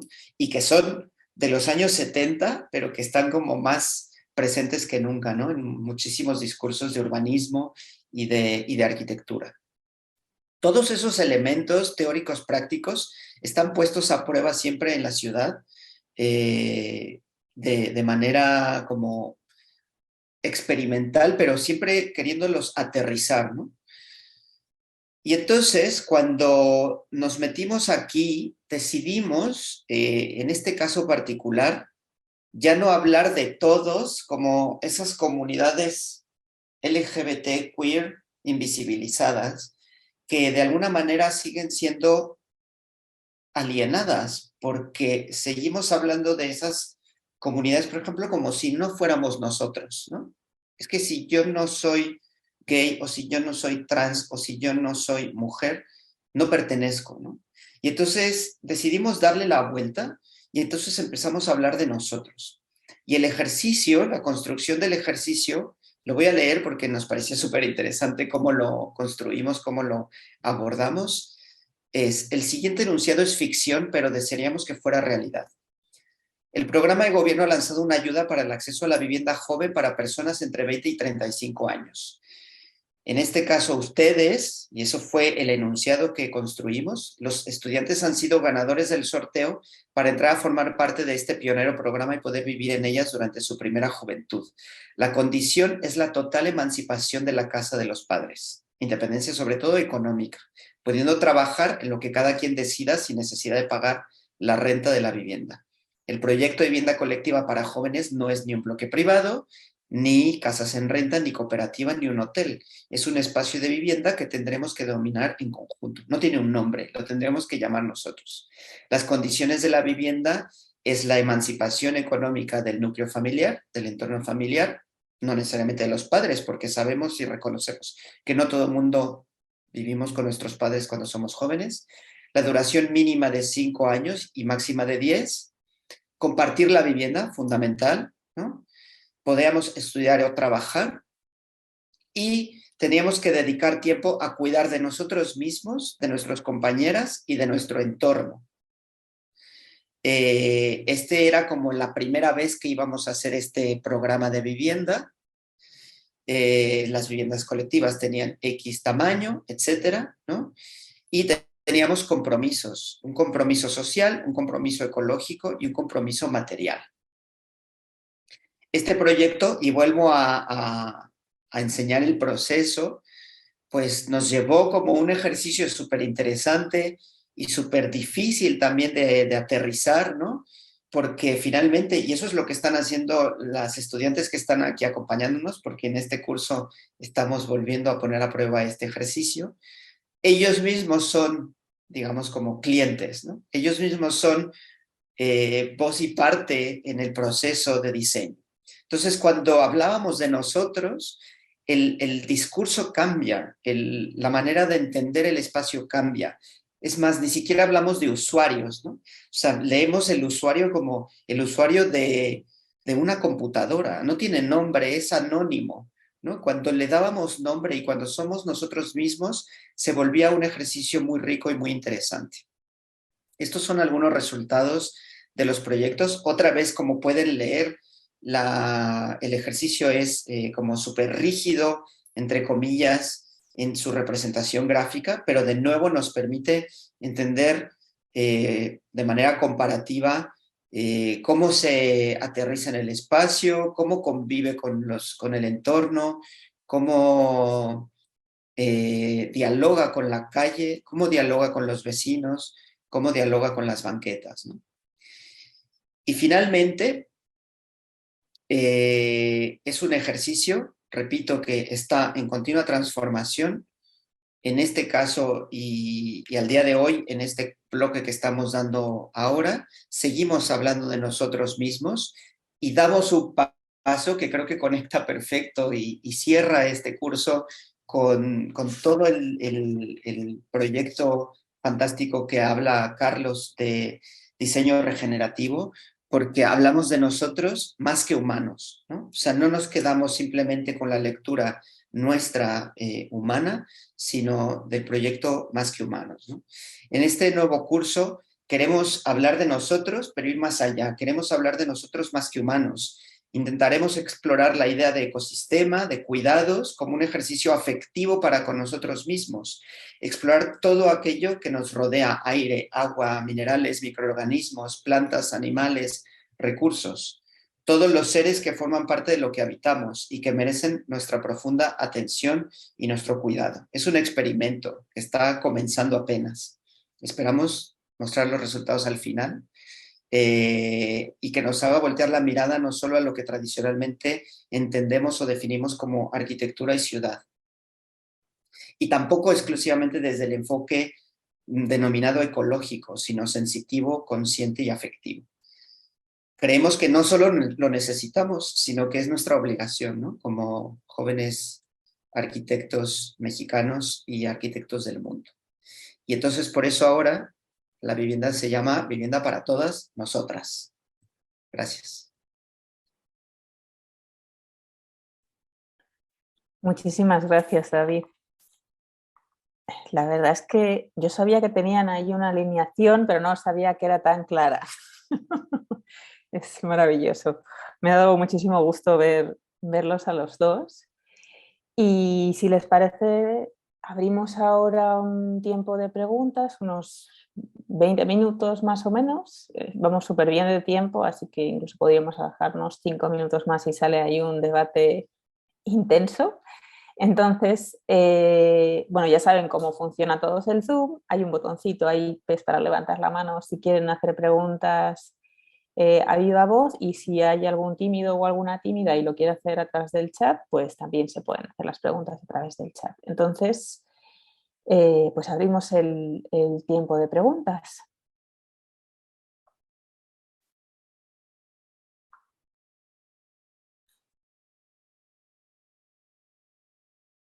Santiago. Gracias. David, una pregunta. ¿Crees que puedas mencionar otra vez el nombre de los referentes arquitectos urbanistas de los 70 y platicar como un poco de esta idea? Sí, claro. Esa es un poco incluso mi especialidad o lo que estoy estudiando también en el doctorado. Jan Gehl es un arquitecto danés, ahora te apunto el nombre aquí, Okay. que en los años 70 decidió, bueno, inspirarse en otros teóricos y practicantes sobre todo en Estados Unidos, que hubo varios ejercicios muy interesantes, Kevin Lynch, uno de ellos, pero empezó de una manera muy pragmática, entender cómo opera la ciudad, ¿no? Cómo vive la ciudad. Y entonces al día de hoy tiene un estudio de diseño urbano. Muchísimas ciudades del mundo lo han contratado para hacer proyectos. La peatonalización de Times Square es uno de esos proyectos. También es verdad que quizás se ha quedado corto en algunos aspectos y él lo reconoce, ¿eh? O sea, yo me acuerdo haber estado en un evento donde él estuvo en Praga y le dijeron, oye, pero ¿y tal y cuál espacios de la ciudad que está pasando? Y dice, no lo sé. Es la parte más difícil, ¿no? Sobre todo las zonas suburbanas de la ciudad, porque él está muy enfocado a centros urbanos, a centros de ciudad. Pero es muy interesante porque de una manera muy práctica explica cómo hacer mejores ciudades para las personas. Y Jane Jacobs es una no arquitecta, fantástica, teórica, activista de los años 70, de los años 60, originaria de Nueva York, que escribió un libro que se llama Vida y Muerte de las Grandes Ciudades Americanas. Y ella fue una activista porque en esos años se quería construir en el sur de Manhattan un segundo piso para los coches. Y ella, gracias a ella y al grupo que a ella juntó, lograron parar ese proyecto. Y pues Manhattan no hubiera sido esa Manhattan que conocemos si no hubiera sido por ella, porque hubiera tenido una mega autopista con 3 pisos o 4 en todo el borde de la isla, ¿no? Entonces, son, bueno, y tiene más libros, los dos tienen muchos libros, pero son ejemplos muy interesantes porque son punto de partida de discusiones contemporáneas sobre la ciudad para las personas. Ok, gracias.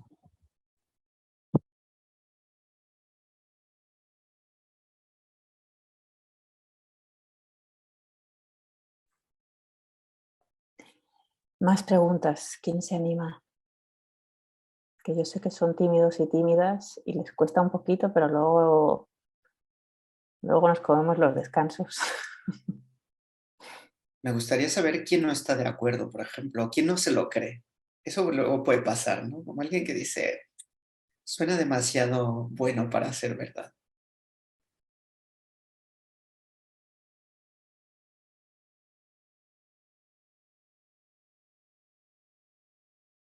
Bueno, hoy estamos un poco tímidos. Pero sí, creo que durante este seminario estamos planteando como muchos temas que son bastante quizás nuevos, ¿no? para los alumnos. Y, por ejemplo, ayer que estuvimos hablando mucho de género también, de adultos mayores, hubo un momento en el que tuvieron que tomarse un poquito de tiempo para procesar lo que estábamos explicando y luego ya ahí sí fueron todas las preguntas. Ahí creo que ya se están animando. Alfredo, cuéntanos. Yo tengo una duda más dirigida a Carlos, creo. ¿Cuál es el papel del agua dentro del diseño regenerativo y qué otros elementos clave, además de la vegetación, son ahora sí que puntos a tomar en cuenta para que el diseño regenerativo sea exitoso?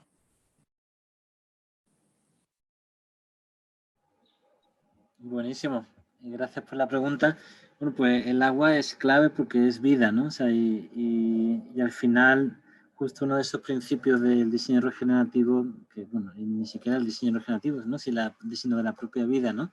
La vida genera vida y justo el diseño regenerativo busca restaurar, reconciliarse y regenerar, digamos, esas fuentes de vida, ¿no? Entonces, en ese sentido, te diría que el agua es fundamental, ¿no? O sea, no solo para el diseño regenerativo, sino para la vida en general, ¿no? Pero en ese sentido, el diseño regenerativo busca mucho esa apreciación de cuidar lo vivo, ¿no? Entonces ahí justo pues habrá que preocuparse, creo que yendo un poquito más allá de tu pregunta, cómo, por un lado, cómo interferir lo menos posible en el ciclo natural del agua y buscar, digamos, esa autosuficiencia buscando un ahorro de agua, pero después buscando ese reciclado, esa reutilización, esa captación, esa acumulación, ¿no? Y siempre, pues, en la medida de lo posible. El gran reto del diseño regenerativo en sus diferentes escalas y siempre teniendo muy en cuenta el lugar como para ver cómo se afronta, es generar un balance positivo en el sentido de que puedas obviar estar conectado a la red. Es un gran reto. Yo me he enfrentado a ello en vivienda privada y en proyectos, digamos, de equipamiento y es un gran reto, pues esa es, digamos, la búsqueda, ¿no? en términos de la gestión del agua. Y te diría que la vegetación nuevamente también es como parte vital nunca mejor dicho, del diseño regenerativo, pero quizá a lo mejor yo lo he ligado más ahora hoy al tema del diseño biofílico, ¿no? No sé, ahí en esa pregunta me resulta un poco, no sé, si me la pudiese a lo mejor aclarar te podría responder mejor, ¿no? Porque la vegetación en sí es fundamental, pero es fundamental en términos de paisaje, es fundamental en términos biofílicos, es fundamental en esa idea de conectarnos con el exterior, pero no solo la vegetación, ¿no? Entonces no sé si gusta reformular o repensar la pregunta, si te puedo responder mejor. Sí, me refería a qué otros elementos podría implementar para hacer un diseño regenerativo. Bueno, entonces es casi como, en ese sentido, es casi volver al inicio, ¿no? Así como recapitulación, más bien voy a hacer, la idea justo no es pensar en soluciones, en esos elementos que yo implemento y con eso llega un diseño regenerativo, sino preguntarme sobre ciertas cuestiones base. En este caso, pues hablamos, ¿no?, de la vegetación. Voy a intentar ceñirme a ese punto, acoplándolo al diseño biofílico o, por ejemplo, para también el tema de salud y bienestar. Una cosa clave respecto a la pregunta es eso, no pensar en que hay un recetario con el que yo, y eso algo que comentaba también David, con el que yo lo cumplo y ahí estoy, ¿no? O sea, va a depender muchísimo de ese entendimiento del lugar o esa lectura del territorio de la que hablaba David, ¿no? Ese plantear un proyecto, una propuesta, además de no plantearlo como un proyecto, una propuesta final, sino como un inicio, como un soporte vital para un cambio, ¿no?, para un inicio de un proceso, y además plantearlo o no plantearlo o ponerlo en juicio. Por eso yo hablo de cuestionamiento, no de elementos o de recetas, según la singularidad y lo único del lugar, ¿no? Entonces, hablando de vegetación, podría ser que incluso la vegetación no fuese, ¿no? Porque a lo mejor estamos hablando de un diseño en el Polo Norte, estamos hablando de un diseño por llevarlo al extremo en el desierto, y ahí a lo mejor la vegetación pasa a ser un elemento secundario. No sé si me explico, ¿no? Pero la idea justo es romper con ese paradigma de soluciones. Por ejemplo, si yo me planteo una cubierta verde o una vegetación en un clima desértico, a lo mejor estoy generando un problema por cuestiones de agua, ¿no? Entonces, la idea es ver muy bien, entendiendo muy bien el lugar y haciendo una lectura del lugar y buscando ese potencial, la vocación del lugar, que me tengo que preguntar, ¿no? O sea, respecto a esas características del lugar. No sé si te das por respondida. Espero que Sí, sí. sí, sí, muchísimas gracias. Adelante, Héctor. Sí, mi primera duda era, pues más o menos lo que acaba de contestar Carlos, que cómo se podría aplicar el diseño biofílico como en climas extremos, porque he visto mucho como esto de que espacios abiertos, que la vegetación, pero pues de donde yo vengo no se puede estar con la casa abierta porque te asas dentro, yo soy de Sonora, y es desértico el clima, pero ya creo que sí la respondió muy bien. Y No, otra duda. no he respondido todavía porque o sea, no era específico lo que respondí antes, Ok. no era específico del diseño biofílico. Si quieres te respondo, pero si quieres la siguiente pregunta. Bueno, la siguiente pregunta era, tal vez una pregunta como tonta, pero no sé, cómo, esto que comentaban de diseñar los espacios también hacia la inclusión de distintas comunidades, o sea, ¿a qué se refiere y cómo es eso de solucionar? O sea, ¿en qué cambian? Vale. No, o sea, lo primero, jamás hay preguntas tontas, ¿no? O sea, eso quítenselo de la mente, ¿no? Yo creo que cualquier pregunta es súper bienvenida porque nos genera una reflexión, ¿no? O sea, eso es súper importante que lo tengáis como clave. De hecho, a lo mejor me vas a dejar las mismas preguntas con tu pregunta. Entonces, respondiendo a lo primero, fíjense, ¿no? O sea, se habla de elementos y atributos cuando hablamos del diseño, digamos, arquitectónico o de patrones. Y hay muchas maneras, ¿no? Desde materialidad, desde texturas, desde cómo trabajar la luz natural. En el caso de Sonora, con esos climas tan áridos, pues a lo mejor se trata como del ejemplo que he mostrado ahí, ¿no? De ese, por ejemplo, ese proyecto, el concepto de la naturaleza interior, ¿no? O sea, a veces se trata de generar microclimas, que en este sentido además ayudan a generar una humedad interior, o sea, se liga mucho con lo bioclimático, que hace como más confortable el espacio, ¿no? Justo ahí hay que hacer un análisis, ¿no? Pero acuérdense que no es una cuestión solo de vegetación, sino que se trata, sí, de ver un momento dado de cómo traer la naturaleza del espacio. La naturaleza en climas áridos es increíble, majestuosa y fantástica, ¿no? O sea, tenemos un poco menospreciado todo lo que es la vegetación del clima desértico, semidesértico, pero no se saben que es más diversa incluso que el de la selva tropical. Lo que pasa es que es como chiquitita, es seca, ¿no? Es como, no son esos pastos y esas plantas verdes tropicales o anglosajonas que vemos. Entonces, Sonora, que más o menos conozco, tiene muchas, de todas las suculentas, de las cactáceas, tiene mucho donde tirar en términos de vegetación, pero además estamos hablando de analogías, cuando puedo traer esa vegetación, estamos hablando de texturas, estamos hablando de materiales, estamos hablando de luz, estamos hablando de ventilación, ¿no? Que en este caso todo casi va a ayudar mucho a lograr ese confort en climas como, bueno, Sonora tiene diferentes climas, ¿no? No sé específicamente dónde dentro de Sonora, pero si hablamos de Hermosillo, por ejemplo, pues se liga mucho, ¿no? Lo biofílico con lo bioclimático. Pero sí recalcar, ¿no? No es una cuestión solo de plantas, ¿no? Hay muchas características, una analogía, patrones, conexiones con el exterior, ¿no? O sea, con esos exteriores y paisajes tan fabulosos que tienen por ahí. No sé si esa primera pregunta queda más o menos respondida. Sí, sí, ¿Sí? sí, me quedó más claro. Como, o sea, también darle un diferente enfoque, que no solo sea la vegetación, pues en sí.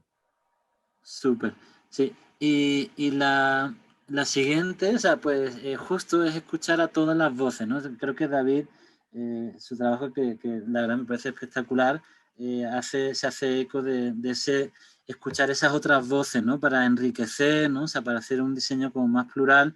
Y ahí cambia muchas veces dependiendo de la escala en la que estemos trabajando. Cuando estamos hablando de un trabajo comunitario, pues se trata, ¿no? O sea, de que todos los colectivos, todos, digamos, los grupos de personas, stakeholders, estén representados en una discusión base para entender en lugar de otras voces, ¿no? O sea, ir más allá de datos estadísticos, o siempre trabajamos y son muy válidos todo este tema de tirar de los sistemas de información geográfica, de datos estadísticos, y eso es importante, ¿no? De estudiar la flora, etcétera. Ahora, la singularidad del lugar, la necesidad del lugar, los deseos de las personas, esas otras historias que se narran y que no escuchamos, es imposible escucharlas de la estadística, tienen que ser escuchadas, y ahí es donde tenemos que ser inclusivos, desde las niñas y los niños hasta los adultos mayores, hasta personas de diferentes comunidades, razas, lugares, procedencia, todos pueden enriquecer el proceso de diseño, seguro. O sea, aunque se parte de un conflicto, porque muchas veces justo cuando incluimos a todos llegamos a un punto de conflicto, de discusión, pero eso, si lo gestionamos bien, pues, y seguro va a enriquecer el proceso de diseño. Igual, no sé si he respondido bien la pregunta, pero si no me la reformulas y a ver si puedo. Sí, sí me pareció bien la respuesta. O sea, básicamente es como escuchar también la opinión de la gente y no solo basarnos en datos duros de que, pues, lo que dice el INEGI o cosas de este tipo de ese estilo. Y pues sí es como, sí me parece bien que, pues, más cabezas piensan mejor que una o dos y distintos puntos de vista. Y sí me pareció bien la respuesta. Muchas gracias. Sí. Siempre va a enriquecer, ¿no? ¿Puedo añadir algo? Clarísimo. Me parece súper interesante tu pregunta, Héctor, porque ayer justo con las estudiantes de nuestro bloque, de pronto salió un comentario, estábamos en una diapositiva viendo una casa típica como de suburbio estadounidense. Entonces se comentó como de, pues es que esa casa está bien porque es como, pues para una familia, ¿no? Y entonces le dije, bueno, ¿y qué pasa si fueran dos señoras de más de 70 años, pareja? Existen, ¿no? O sea, a lo mejor no las vemos, pero existen. Y entonces digo, ¿pueden salir a caminar? No. Entonces empezamos a ver como elementos que no necesariamente respondían para una casuística muy particular, pero no por particular no merece no ser vista o diseñada para ellos, ¿no?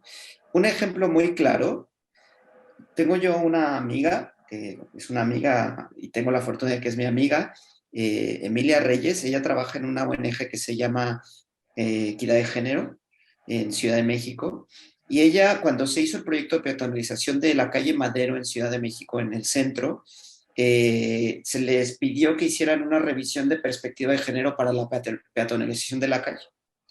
Ustedes dirán, pero ¿cómo? O sea, ya se peatonalizó la calle, ¿qué más quieren? O sea, ya no hay coches. Descubrieron en sus análisis que hicieron ellas que muchas de las personas que van al centro de México son mujeres que van de compras para llevar cosas a sus casas o para sus negocios. O sea, que no es como que vas a comprar al Zara, sino que vas a comprar a granel cosas, ¿no? Porque en el centro suele ser más barata las mercancías. Y entonces van cargadas con bolsas muy grandes, ¿sí? Y las podemos ver, o sea, en el centro de Guadalajara, en el centro de Querétaro, ¿no? Señoras con bolsas muy grandes. Y entonces decían, las bancas que se pusieron en Madero no satisfacen la necesidad de esas señoras para sentarse con esos grandes bultos de sus compras. Y entonces tuvieron que revisar el diseño de las bancas para adaptarlas a esas personas que son usuarias, que son personas que utilizan ese espacio público no como un turista que va de paseo a Madero a ver tiendas, sino como una persona que tiene el mismo derecho de utilización de la ciudad y que no se le está dando todas las herramientas para que pueda utilizarlo de la mejor manera, ¿no? O el carril bici de la ciclovía de Reforma se amplió en su ancho para que pudieran caber los triciclos de los panaderos o los de los tamales, ¿no? Entonces, son elementos de diseño que se observan y que entonces se transforman, ¿no? No pensar simplemente en lo hegemónico, ¿no? En lo típico tradicional que tenemos en la cabeza como clavado, sino abrir a muchísimas más variables y muchísimas más maneras de habitar. Sí, yo complemento ahora a David en el sentido que totalmente de acuerdo, y justo ahí es donde tenemos que dar paso más allá, ¿no? Y hacer ejercicios, aunque parezcan, y ahora, ¿no? Muchas veces los tiempos de un semestre para, por ejemplo, este tipo de bloques y demás nos dan para mucho más, pero vayan un poquito más allá, pregunten, ¿no? O sea, intenten preguntar a un grupo variado de personas para que siempre entendamos que nosotros como diseñadores tenemos que justo interpretar, ¿no? Esos deseos, esas necesidades, escuchar esas otras historias, como comentaba ahora mismo David, y es un ejercicio súper difícil de ver, ¿no? O sea, cómo pasar o no la línea de si realmente es una interpretación nuestra o estamos escuchando realmente esas otras necesidades o estamos al final haciendo, digamos, como nosotros un deseo o trayendo un deseo nuestro como diseñadores, ¿no? O sea, yo creo que es fundamental y ahí interesantísimo que David también lo traía, ya no solo para las personas, ¿no? O sea, sino también para las otras especies que tenemos que hacernos eco de ellos, ¿no? O sea, ahí entramos, ¿no? O sea, ¿cómo hacemos, ¿no? O sea, con esas otras especies que también son desplazados cuando construimos o tenemos la construcción de un espacio, un territorio, ¿cómo volvemos a ser inclusivos con ellas? A los otros animales y plantas no se les puede preguntar, pero sí se les puede escuchar de una manera u otra, ¿no? El tema es escuchar, ¿no? O sea, escuchar historias y diseñar para complementar y enriquecer esas historias, que me parece genial el ejemplo que pone David, ¿no? O sea, esa señora que va cargando o ese señor del tamal, ¿no? O sea, si incluyo al del tamal, todo lo demás cabe. Si incluyo a la señora con la carga, todo lo demás cabe. Si incluyo a las niñas y los niños, todo lo demás cabe, etcétera, ¿no? Entonces, creo que ahí hay un buen camino para enriquecer las propuestas. Muy bien. Muchísimas gracias. Sí, sí me quedó muy claro. Gracias, Héctor. Seguimos con Jocelyn, que tiene la mano levantada. Hola, ¿sí me escucho así? Sí. Miren, mi pregunta es como, ¿cuáles considerarían o qué nos recomendarían que serían los primeros pasos como para empezar a orientar una comunidad hacia el diseño regenerativo o hacia justamente como crear esta sensación de comunidad, como esta sensación, no sensación, como esta más bien sí, como actividades comunitarias, actividades en conjunto, cuando esta comunidad pues está como completamente fuera de estas áreas, ¿no? O sea, de que están muy enfocadas en las actividades individuales, en todo como muy individual y no tienen como ningún sentido de, pues, no sé si decir diseño regenerativo, porque no sé si sea el caso, pero tal vez como más bien que se nota que en la comunidad la ecología, por decirlo así, no es como un aspecto importante todavía. ¿Cómo podremos como comenzar a dar estos primeros pasos para orientar hacia estos campos? Yo creo que tanto David como yo podemos contestar, porque al final me encanta, justo y quería decirlo, ¿no? O sea, como decía Lucía, ¿no? Que al final estamos hablando a lo mejor con diferentes términos, pero de lo mismo, en cierta forma, ¿no? Creo que hay como muchos traslados de lo que defendemos. Entonces, a lo mejor también David puede comentar. yo de hecho quiero recalcar esa parte, ¿no? Para mí, lo fundamental del diseño regenerativo, más que ese planteamiento de principios o ese planteamiento después algo de cuestionamiento, ¿no? Como de ese uso como herramienta metodológica, este guía de decálogo de preguntas, ¿no? Es ese entendimiento del lugar. Y un entendimiento del lugar, donde digo lugar, ya hablo de medio físico y comunidad, ¿no? Y ahí, bueno, pues hay una base, ¿no? O sea, que es complementar el habitual, digamos, lectura del lugar o del territorio que es necesario hacer, pero después complementariamente es necesario hacer, digamos, como ese trabajo etnográfico y ese trabajo de diagnóstico participativo para, por ejemplo, andando al territorio, hacer otra lectura de ese territorio donde se incluyen esas otras voces. Ahí, por ejemplo, el incluir herramientas como cartografías sociales te ayudan a que complementario a, no en vez de, sino complementario a, pues se lea el territorio, pero desde esas vivencias propias de la comunidad donde se descubren unas cosas increíbles que es imposible detectar desde la información oficial, ¿no? Y desde trabajos etnográficos a veces incluso se puede ir más allá de lo participativo, que ya se le da pie a esas otras voces y se hace como una escucha mucho más personal, ¿no? Y se busca más ese detectar acompañando, por ejemplo, a la comunidad o a las personas, comunidades en el día a día o entendiendo el día a día de las personas, haciendo una entrevista en vez de una encuesta, conviviendo, ¿no? O sea, son procesos que no siempre encajan en los tiempos que tenemos para trabajar cuando tenemos encargos o en tiempos académicos, pero que habría que ver cómo tirar un poquito de ellos. Y ahí es donde tenemos que encontrar, ¿no? Es ese propósito común. Y es un ejercicio súper, no es nada sencillo, o sea, porque cada uno tiene sus intereses, cada uno tiene sus prioridades, cada uno tiene sus necesidades. Y dice, bueno, esta persona que tiene esas necesidades, ¿cómo se va a preocupar de una cuestión de la ecología? Bueno, es que a lo mejor la ecología directamente no es, pero a lo mejor encontrando ese potencial, esa vocación de la comunidad, pero sumando las diferentes partes, no como partes aisladas, sino como un todo, y encontrando un propósito común, vamos a ver cómo ahí puedo hacer una propuesta que a lo mejor ya no es una cuestión ecológica, es un paso previo a lo ecológico, pero como no estás pensando en una solución final, después en el proceso a lo mejor ya cabe hablar de la cuestión ecológica. No sé si me voy a explicar, ¿no? Pero lo fundamental es, del diseño regenerativo en este caso, tiene que ver con diseñar respecto al lugar, respecto a lo local. Hablamos, no sé si alguien escuchó, hablamos al principio de la sesión con David y con Lucía, ese sí pensar global, pero actuar local. Y ese local tiene que estar bebiendo de la singularidad de la comunidad o el colectivo con el que esté trabajando y a veces no es accesible por el tipo de ejercicio que estemos haciendo, pero me tengo que acercar lo más que pueda, ¿no? A ello, como ejercicio académico o como propuesta profesional, que no siempre es así, ¿no? Pues tienes todo el tiempo del mundo para hacer esa etnografía o ese trabajo participativo, pero lo más que podamos nos va a llevar, digamos, a ser lo más inclusivo posible y a ver, digamos, desde la necesidad de todo, de un propósito común, de detectar esa capacidad regenerativa común de la gente, no nuestra, sino de la comunidad, cómo podemos hacer ese inicio de mutualismo coevolutivo, incluido con el lugar, las otras especies y el sistema vivo que lo rodea. Perdón, que creo que me enrollé un poquito, pero espero haber respondido. Yo creo que también tiene que ver con, o sea, un poco como de cómo le hago, ¿no? Que creo que es la pregunta, ¿cómo me aviento? Y yo creo que es lo que hay que hacer, hay que aventarse, o sea, hay que intentarlo.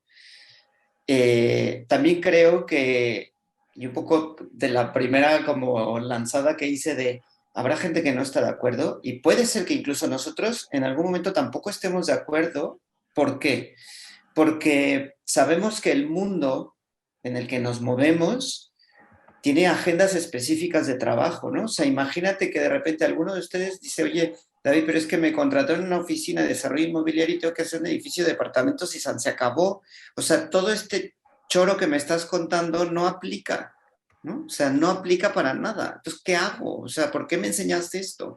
Porque sí creo que, y se los dije a mis estudiantes la semana pasada, por un lado, la academia es el espacio para estirar la liga al máximo, para llegar más allá de donde normalmente no podríamos llegar, pero dos, para también darnos cuenta que podemos elegir batallas. Y eso es súper interesante. Y creo que ahí es como ese espacio donde podemos como actuar. O sea, cuando nos encontramos con un problema, ya sea académico o profesional en la vida allá afuera o donde sea, pero que podemos encontrar esos momentos de decir, aquí me puedo yo engranar con este tipo de agenda. No es que todo mi proyecto, ¿no? Pero no es que no lo sea todo, es que lo estoy pensando en ese todo siempre. Lo que pasa es que elijo la manera en cómo entrar a esos temas, ¿no? Y entonces puedo marcar una agenda de, oye, pero eso es que el edificio tendría que abordar estos temas de recursos o tendría que abordar estos temas de tal o de cual, ¿no? No es que sea para los ojos del desarrollador un proyecto de arquitectura regenerativa, pero tú sabes que lo es porque estás abordando esos temas desde batallas muy específicas. Para mí creo que eso es muy interesante, ¿no? En estos ejercicios que estamos haciendo aquí, se incluyen en el todo y nuestra intención es que de aquí en adelante esa manera de pensar sea siempre así. Y claro, cuando ya te enfrentas a problemas más específicos, aunque tu manera de pensar es siempre así, vas eligiendo dónde te insertas de manera muy estratégica para mantener ese trabajo a flote, ¿no? Y finalmente es eso, o sea, aventarte a prueba y error, porque no hay otra manera, o sea, es como nosotros también creo que hemos descubierto cómo se ve eso, ¿no? Esa cosa teórica abstracta, cómo se ve, ¿no? Cómo se vive. Muchas gracias, Ok, David. muchas gracias a los dos. Gracias, Diana. Jocelyn. Diana, ¿quieres preguntar algo? Que tienes la mano levantada. Creo que esta va a ser nuestra última pregunta. Ok. Yo quería preguntar un poco más en cuanto al diseño regenerativo, por todo lo que implica como el construir, o sea, en cuestión de la extracción de materiales y transporte y todo eso, que muchas veces siento que la gente ve, o sea, por ejemplo, como salen soluciones como los tabiques hechos de botellas recicladas o ese tipo, ¿no? Pero la gente no confía en ellos, ¿sabes? O sea, por más que tú, o sea, que haya como un estudio o algo así, como que las personas dicen, no, es que yo no quiero como que mi casa sea de eso, sería como un poco cómo convencer a las personas de que las nuevas soluciones van a servir o van a ser efectivas. Bueno, es que ahí hay muchos factores, ¿no? O sea, desde con información se ayudan estos procesos de convencimiento, pero después hay una cuestión no solo de convencimiento por lo bueno del material, sino después entra en juego el tema económico, después entra en juego la cuestión de lo cultural, ¿no? Ahí es nuevamente, como decía David, ¿no? Es un tema de aventarse, no pensar que de entrada no es que me lo van a rechazar, sino es como incluso no perder el miedo a decir, no es que voy a perder el encargo, ¿no? Bueno, pues entonces vamos a ver que ese encargo, si uno tiene el convencimiento, que es lo que hablaba ahí, ¿no? De ese ser consecuente, pues entonces el encargo no era, en este caso, por ejemplo, para mí, ¿no? O sea, y entonces ahí es donde uno trata de hacer propuestas lo más informadas posible. Después que haya una coherencia con los deseos de las personas y las necesidades de las personas, ¿no? O sea, también intentar ligarlo justo a realidades locales, identitarias, que enganchen con algo más que una cuestión como técnica de beneficios ecológicos, ¿no? O sea, a veces estoy dando como ahí un repaso de mecanismos que a lo mejor se han usado para ese convencer. A veces no hay que convencer, ¿no? A veces justo más que nada hay que escuchar, ¿no? O sea, por ejemplo, sobre todo, ¿no? Cuando se trabaja con comunidades, a veces la solución no la tenemos nosotros, sino se trata de escuchar y dentro de lo que escucho, ahí está la opción, ¿no? O sea, nuevamente, no hay soluciones universales, más en este planteamiento, en este paradigma del diseño regenerativo, tenemos que atender a cada situación singular, a cada usuario, a cada comunidad, a cada lugar, ¿no? Dependiendo, ¿no? O sea, pero sí creo que haría como ese repaso que te estoy dando, lo he hecho un poquito de manera no estructurada, pero seguro se me escapa alguno, pero que podría ir, ¿no? O sea, a veces también es el sistema constructivo, a veces son los tiempos, la necesidad los tiempos para construir, porque ha habido una emergencia, ¿no? Hay que atenderse, no hay, eso sí es importante, ¿no? Entender que el adobe no es válido para todos, ese bloque de material reciclado es válido para todos, no. O sea, hay que atender nuevamente a la singularidad, ¿no? Eso es una cuestión clave dentro de lo regenerativo. Y mecanismo para convencer, más que convencer, yo creo que habría que hablar de diálogo, ¿no? O sea, para dialogar y establecer esa discusión, pues pueden ser los que acabo de comentar, ¿no? O sea, no se trata de convencer necesariamente, sino establecer un diálogo y muchas veces, nuevamente, bajarnos de nuestro caballo de arquitecto con la solución y entender que la solución está ahí, ¿no? O sea, eso es importante también. Esos saberes, ¿no? Locales, esos saberes, sobre todo cuando se trabaja con la comunidad y en el medio natural rural, a veces hay que ir muy abierto a escuchar y aprender y simplemente apoyar en el proceso de esos procesos de construcción, ¿no? En todos los sentidos. Nuevamente, como me enrollo, no sé si respondí bien, Diana. Sí, muchas gracias.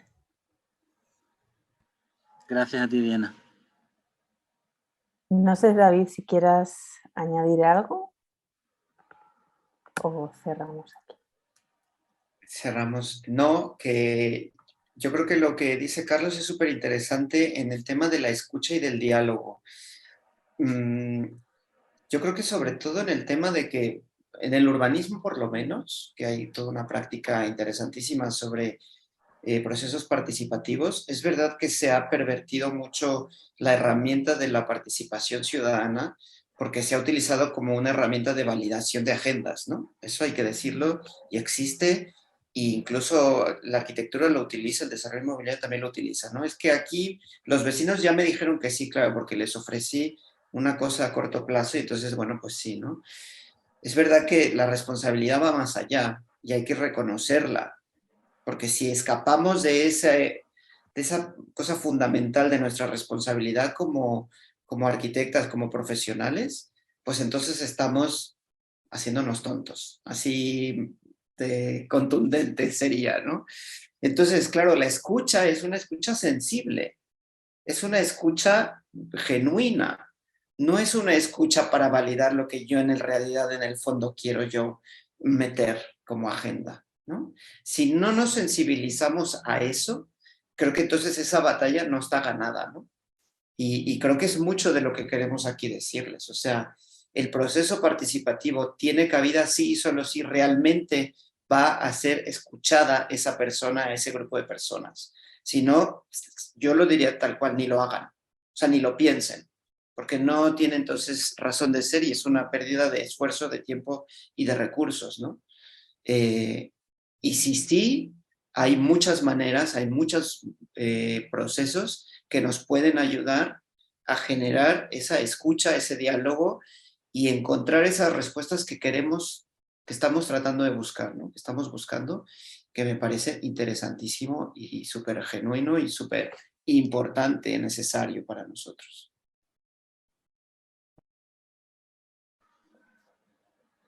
Estupendo, pues... Carlos, dime. Paso un comercial. Como no les voy a quitar público en el bloque, los que estén interesados en diseño regenerativo, apúntense a la concentración en diseño regenerativo que les tocará en quinto semestre, que las 2 ediciones que estamos llevando, pues yo también participo en la de Guadalajara, este semestre y la anterior en Querétaro, están resultando formidables. Quería soltar el comercial. Gracias, Lucía. Genial, seguro más de uno se interesa después de todo lo que nos han contado el día de hoy. Pues nada, hasta aquí llega nuestra sesión de hoy con ponentes. Quisiera agradecerles muchísimo, David, Carlos, su participación en mi nombre y también en nombre de la Escuela de Arquitectura, Arte y Diseño del Tecnológico de Monterrey. Y bueno, aquí cerraríamos con ustedes y a continuación, pues con los alumnos de mi grupo nos quedaremos después de un descanso